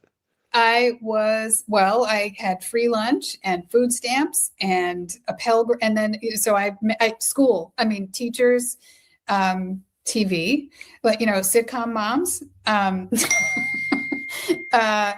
It's familiar. so I did high school in 3 years, and then I got a Pell Grant and a huge amount of financial aid and Social Security survivors benefits and all those things. That's how I got to go to Smith. I wouldn't have been able to pay for it otherwise. And then I went to law school, and I borrowed every penny of law school tuition, and I was still paying for it until Biden forgave the final few $1,000s. Of the Republican win in Massachusetts, it makes sense that it would be the treasurer, right? That makes sense. But it's also because it's Deb Goldberg who's the treasurer right now, and she's just not.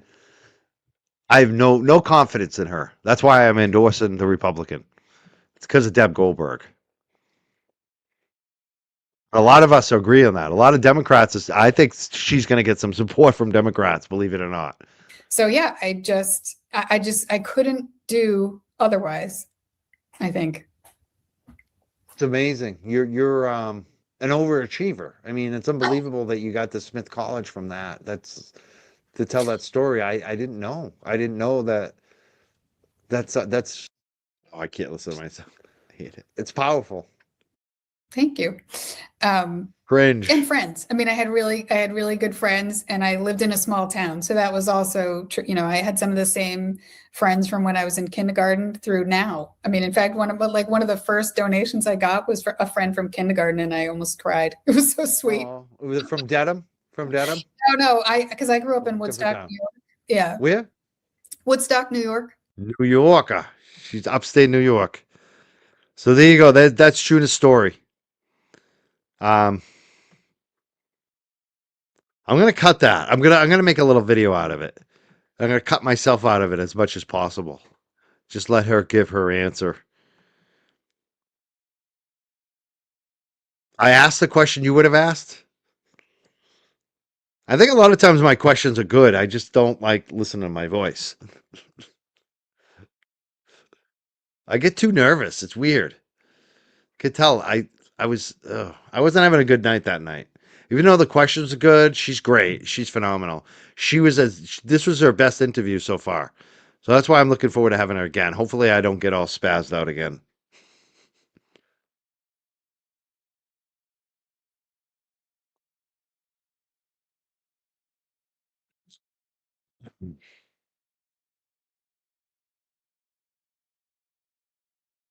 Yeah, imagine that going to Smith College after all that on a scholarship, graduating high school in 3 years.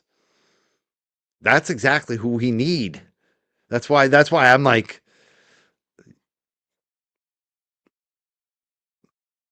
well, I like her. I won't be mad if she wins. I won't be mad at all if Juna Perkins wins. And that's the thing. People get mad. They're like, bah, bah, bah, bah, bah. You're not being truthful. I'm being truthful. I would not be mad if she wins. I think she'd be a great DA. Oh, Woodstock, New York. All right, so I'm going to go. All right, jerks. Oh, look at that. Colin's been flipped tonight, maybe. We'll see. Let me know, Colin. There's more time. There's like 2 more months, so 2 more months to go. September 1st. Make sure you're registered to vote if you're in Norfolk County for this election. That's the big thing. And if you have friends that live in Norfolk County, and especially if you know they're not like too politically active, or maybe they are but they're not 100%, like sometimes they vote, sometimes they don't, let them know. And or let them know to get registered. Let them know there's something to vote for.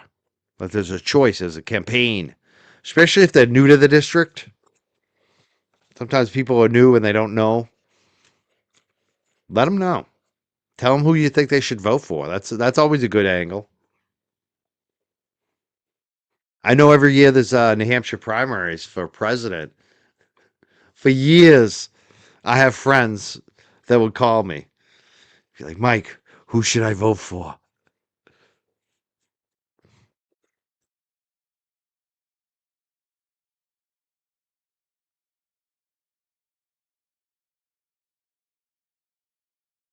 I don't know enough, Mike. I need some help.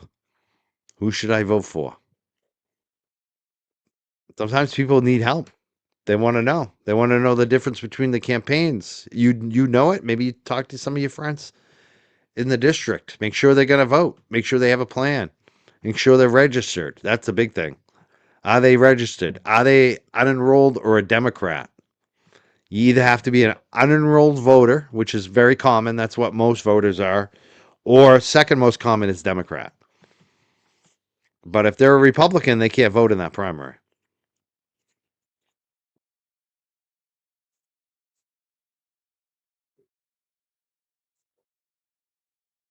If they're registered as a Republican. All right, I'm going to go, people. I want to thank, I think I thanked all the super chats multiple times. I'll do it again. Thank you, Law Talkers. She's the latest one. She sent 20. She said, run it back, Mike. We did. We ran it back a couple times for you. Thank you so much, Law Talkers. And Want the Doc, thank you so much again. I would love to have JFK back on the show, Sarah, or be back on with them. We end up streaming. It's funny, no matter whose show we're on, we end up streaming each other anyways, which is awesome. Sarah and Shock and Horror says treats for Charlie and Louie. I kind of like being on JFK show better, actually. It's more fun. He's got the music going. I just kind of chill. I throw in Kyle. It's funny because some people say, oh, he doesn't let people talk enough. I think he lets people talk fine. I like JFK show. Kylo Beer 18 says, become a member. Thank you so much. Hopper L, thank you so much. Yeah, I have fun when I'm on JFK. It is. It's fun. It's a fun show to be on. Pretty much the only show you'd ever catch me going on at midnight. Like you're lucky to get me on a show at 9 p.m. That's late for me. Even my own show. Like I remember when Turtle wanted to do a 9:30 show. I was like, I'll do it for him. Like that was mostly I don't like to do those late shows. I don't. But freaking JFK, I'm like, midnight. All right, I can do it. Let's do it. Let me have one more smoke. Let me get a cup of coffee. It's midnight. Let me get one of those Nespressos going. Slap myself in the face a couple times. All right, I'm ready for JFK. Yeah, I think he's taking a break. That's what his fans are telling me. I guess his last show was a bunch of music, and it seemed like the message was he might be taking a break. He didn't say it though. You know JFK. He likes to play into things. He likes to send his long game, his messages that they can pick up on. He's smart. He is smart. And he's missed. People he knows. I think he knows. Do you think he knows what the duck? You know him well.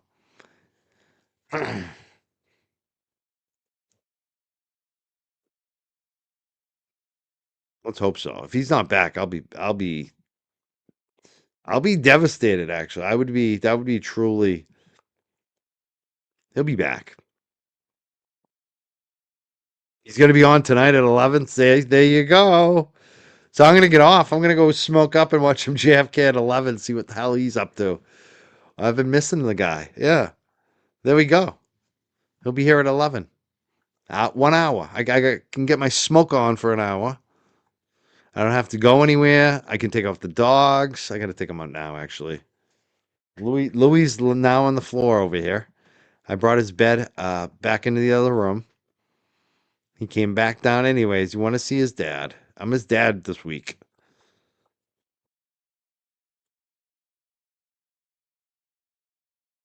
Yeah, sometimes there is such a thing as overexposure or doing too much, especially if you're doing the same thing that people get sick of. Drama. You know? That's why I like to switch it up. Sometimes I'll do a drama show every once in a while, but mostly not.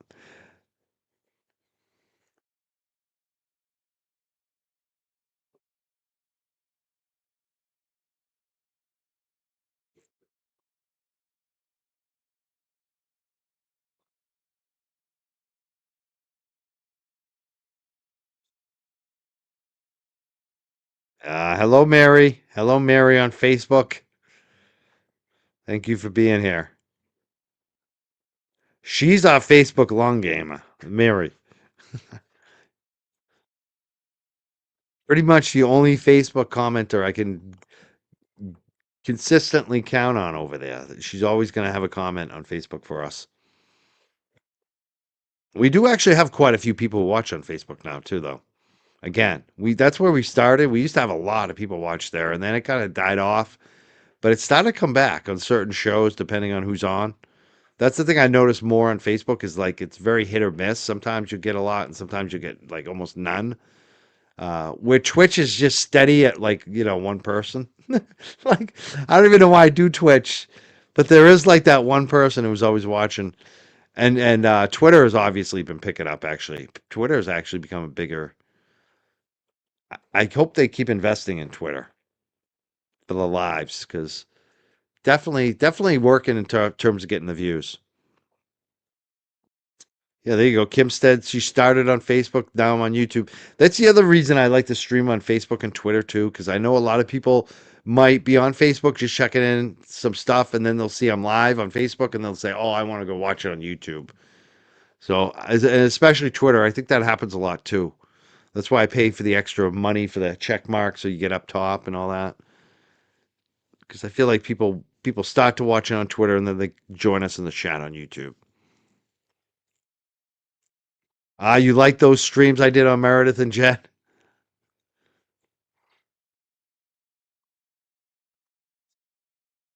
Yeah, if you want to support Meredith, she's looking for some legal support. There is a fundraiser. She looks like she's going to be facing some type of criminal charge. I don't want to get too much into it. I don't know all the details. I really don't know much about it actually.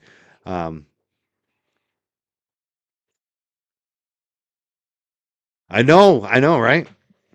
Not only did I go there, I was a wrestling coach over there and a substitute teacher for a little while, or a long-term, permanent. I don't even know what you call it. A full year. I did a full year gig over there.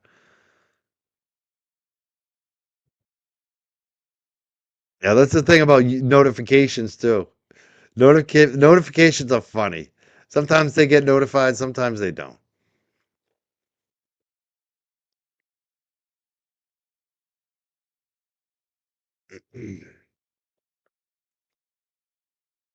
The Vikings. All right, I gotta go. Longest goodbye ever. We're still here. Canton Select Board's still going on.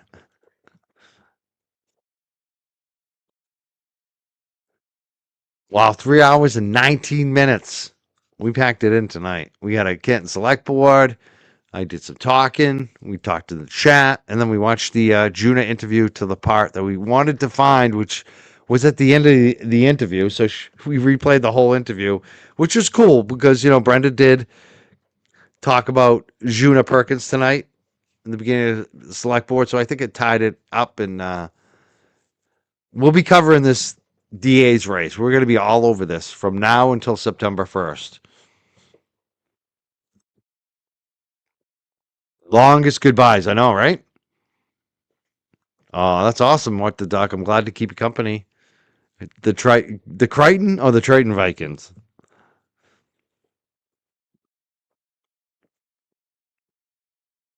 You got a ticket over there? I got a ticket over there too. I got pulled over many times as a youth over there. Christ, I had my leaving there the first day I had my car when I had a license. I had a license for like a week. Then you get the car registered and all that. The first day I pulled out, I got a ticket. And I wasn't, it sucked. It was the worst ticket ever because I had like a standard.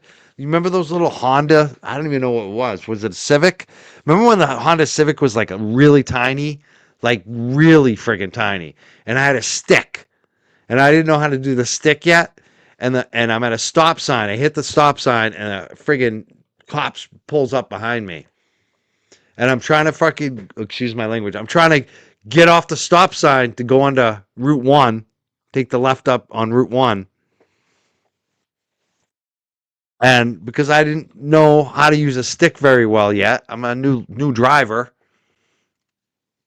it peeled out. Front wheel drive. Bob pulls me over and gives me a ticket. First day I had my license.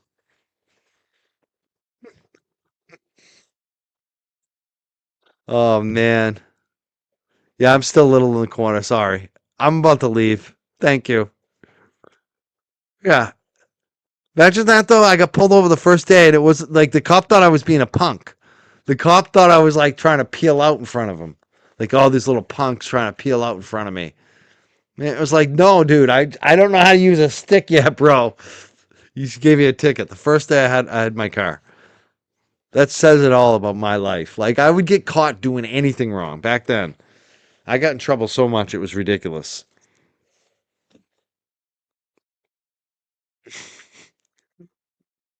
Yeah, it was a little red Honda. That's exactly what it was.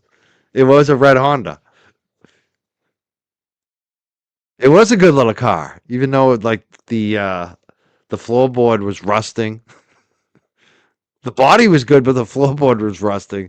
I had a big Chevy K9 truck too that had freaking rusty floorboards too. I don't know what's up with the rusty floorboards. Yeah, the cops are always getting me, bro. It's funny now. I never ever get pulled. I drive slow now, though. I mean, but I used to get pulled over all the time as a youth.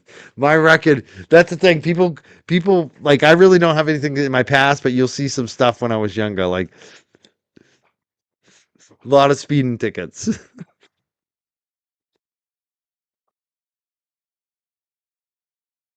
All right, I gotta go. Have a good night, everyone. Love you all. Thank you for supporting. Thank you for the super chats. Thank you for watching the boring, tedious select board meetings and staying for the serious stuff and avoiding the drama with me. You're keeping me off the drama. I appreciate that. That's another thing I like about this. All right, peace out. Don't get pulled over by any cops. Slow down. And if you do get pulled over, be polite to them. License and registration. You don't have to answer any questions, but you got to give them your license and registration. Being polite, being nice will get you more than being standoffish.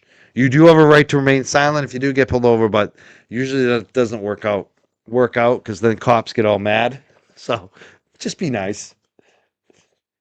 Try not to answer too many questions or any. Yeah, I'll see you at 39,000 feet at 10 p.m., I guess, or 11 p.m., I guess. That's late, but I'll be up. I will see you over there. I will definitely see you over there, What the Duck. Hopefully I don't time anyone out over there. I don't know if you noticed What the Duck and other long gamers, and I'm going to apologize for this, but I'll be listening to JFK And the same thing when I listen to my own chat sometimes when I'm streaming court stuff and I'll be walking the dogs or something and I'll be listening to it or I'll be smoking a joint or whatever. And then I accidentally friggin' hit the button and I timed somebody else by mistake. I'm sorry I did that to somebody in JFK's chat because they give me a wrench over there. You're not safe giving me a wrench. I like the idea of it, but I get worried. I don't want to screw it up over there. So if I do that again, I apologize up front. Longest goodbye. Oh, it's official. I will be there. And I'll try not to time anyone out. All right, I'll see you over there, long gamers and jerks. I will see you at JFK later. Thank you so much for hanging. And again, we're going to try to either stream or record the Karen Reed hearing tomorrow afternoon and hopefully have some coverage on it. So come back tomorrow. Make sure you like and subscribe. Hit all notifications. We'll see you later in the JFK chat and tomorrow. Peace out, jerks. Have a great night. See you soon.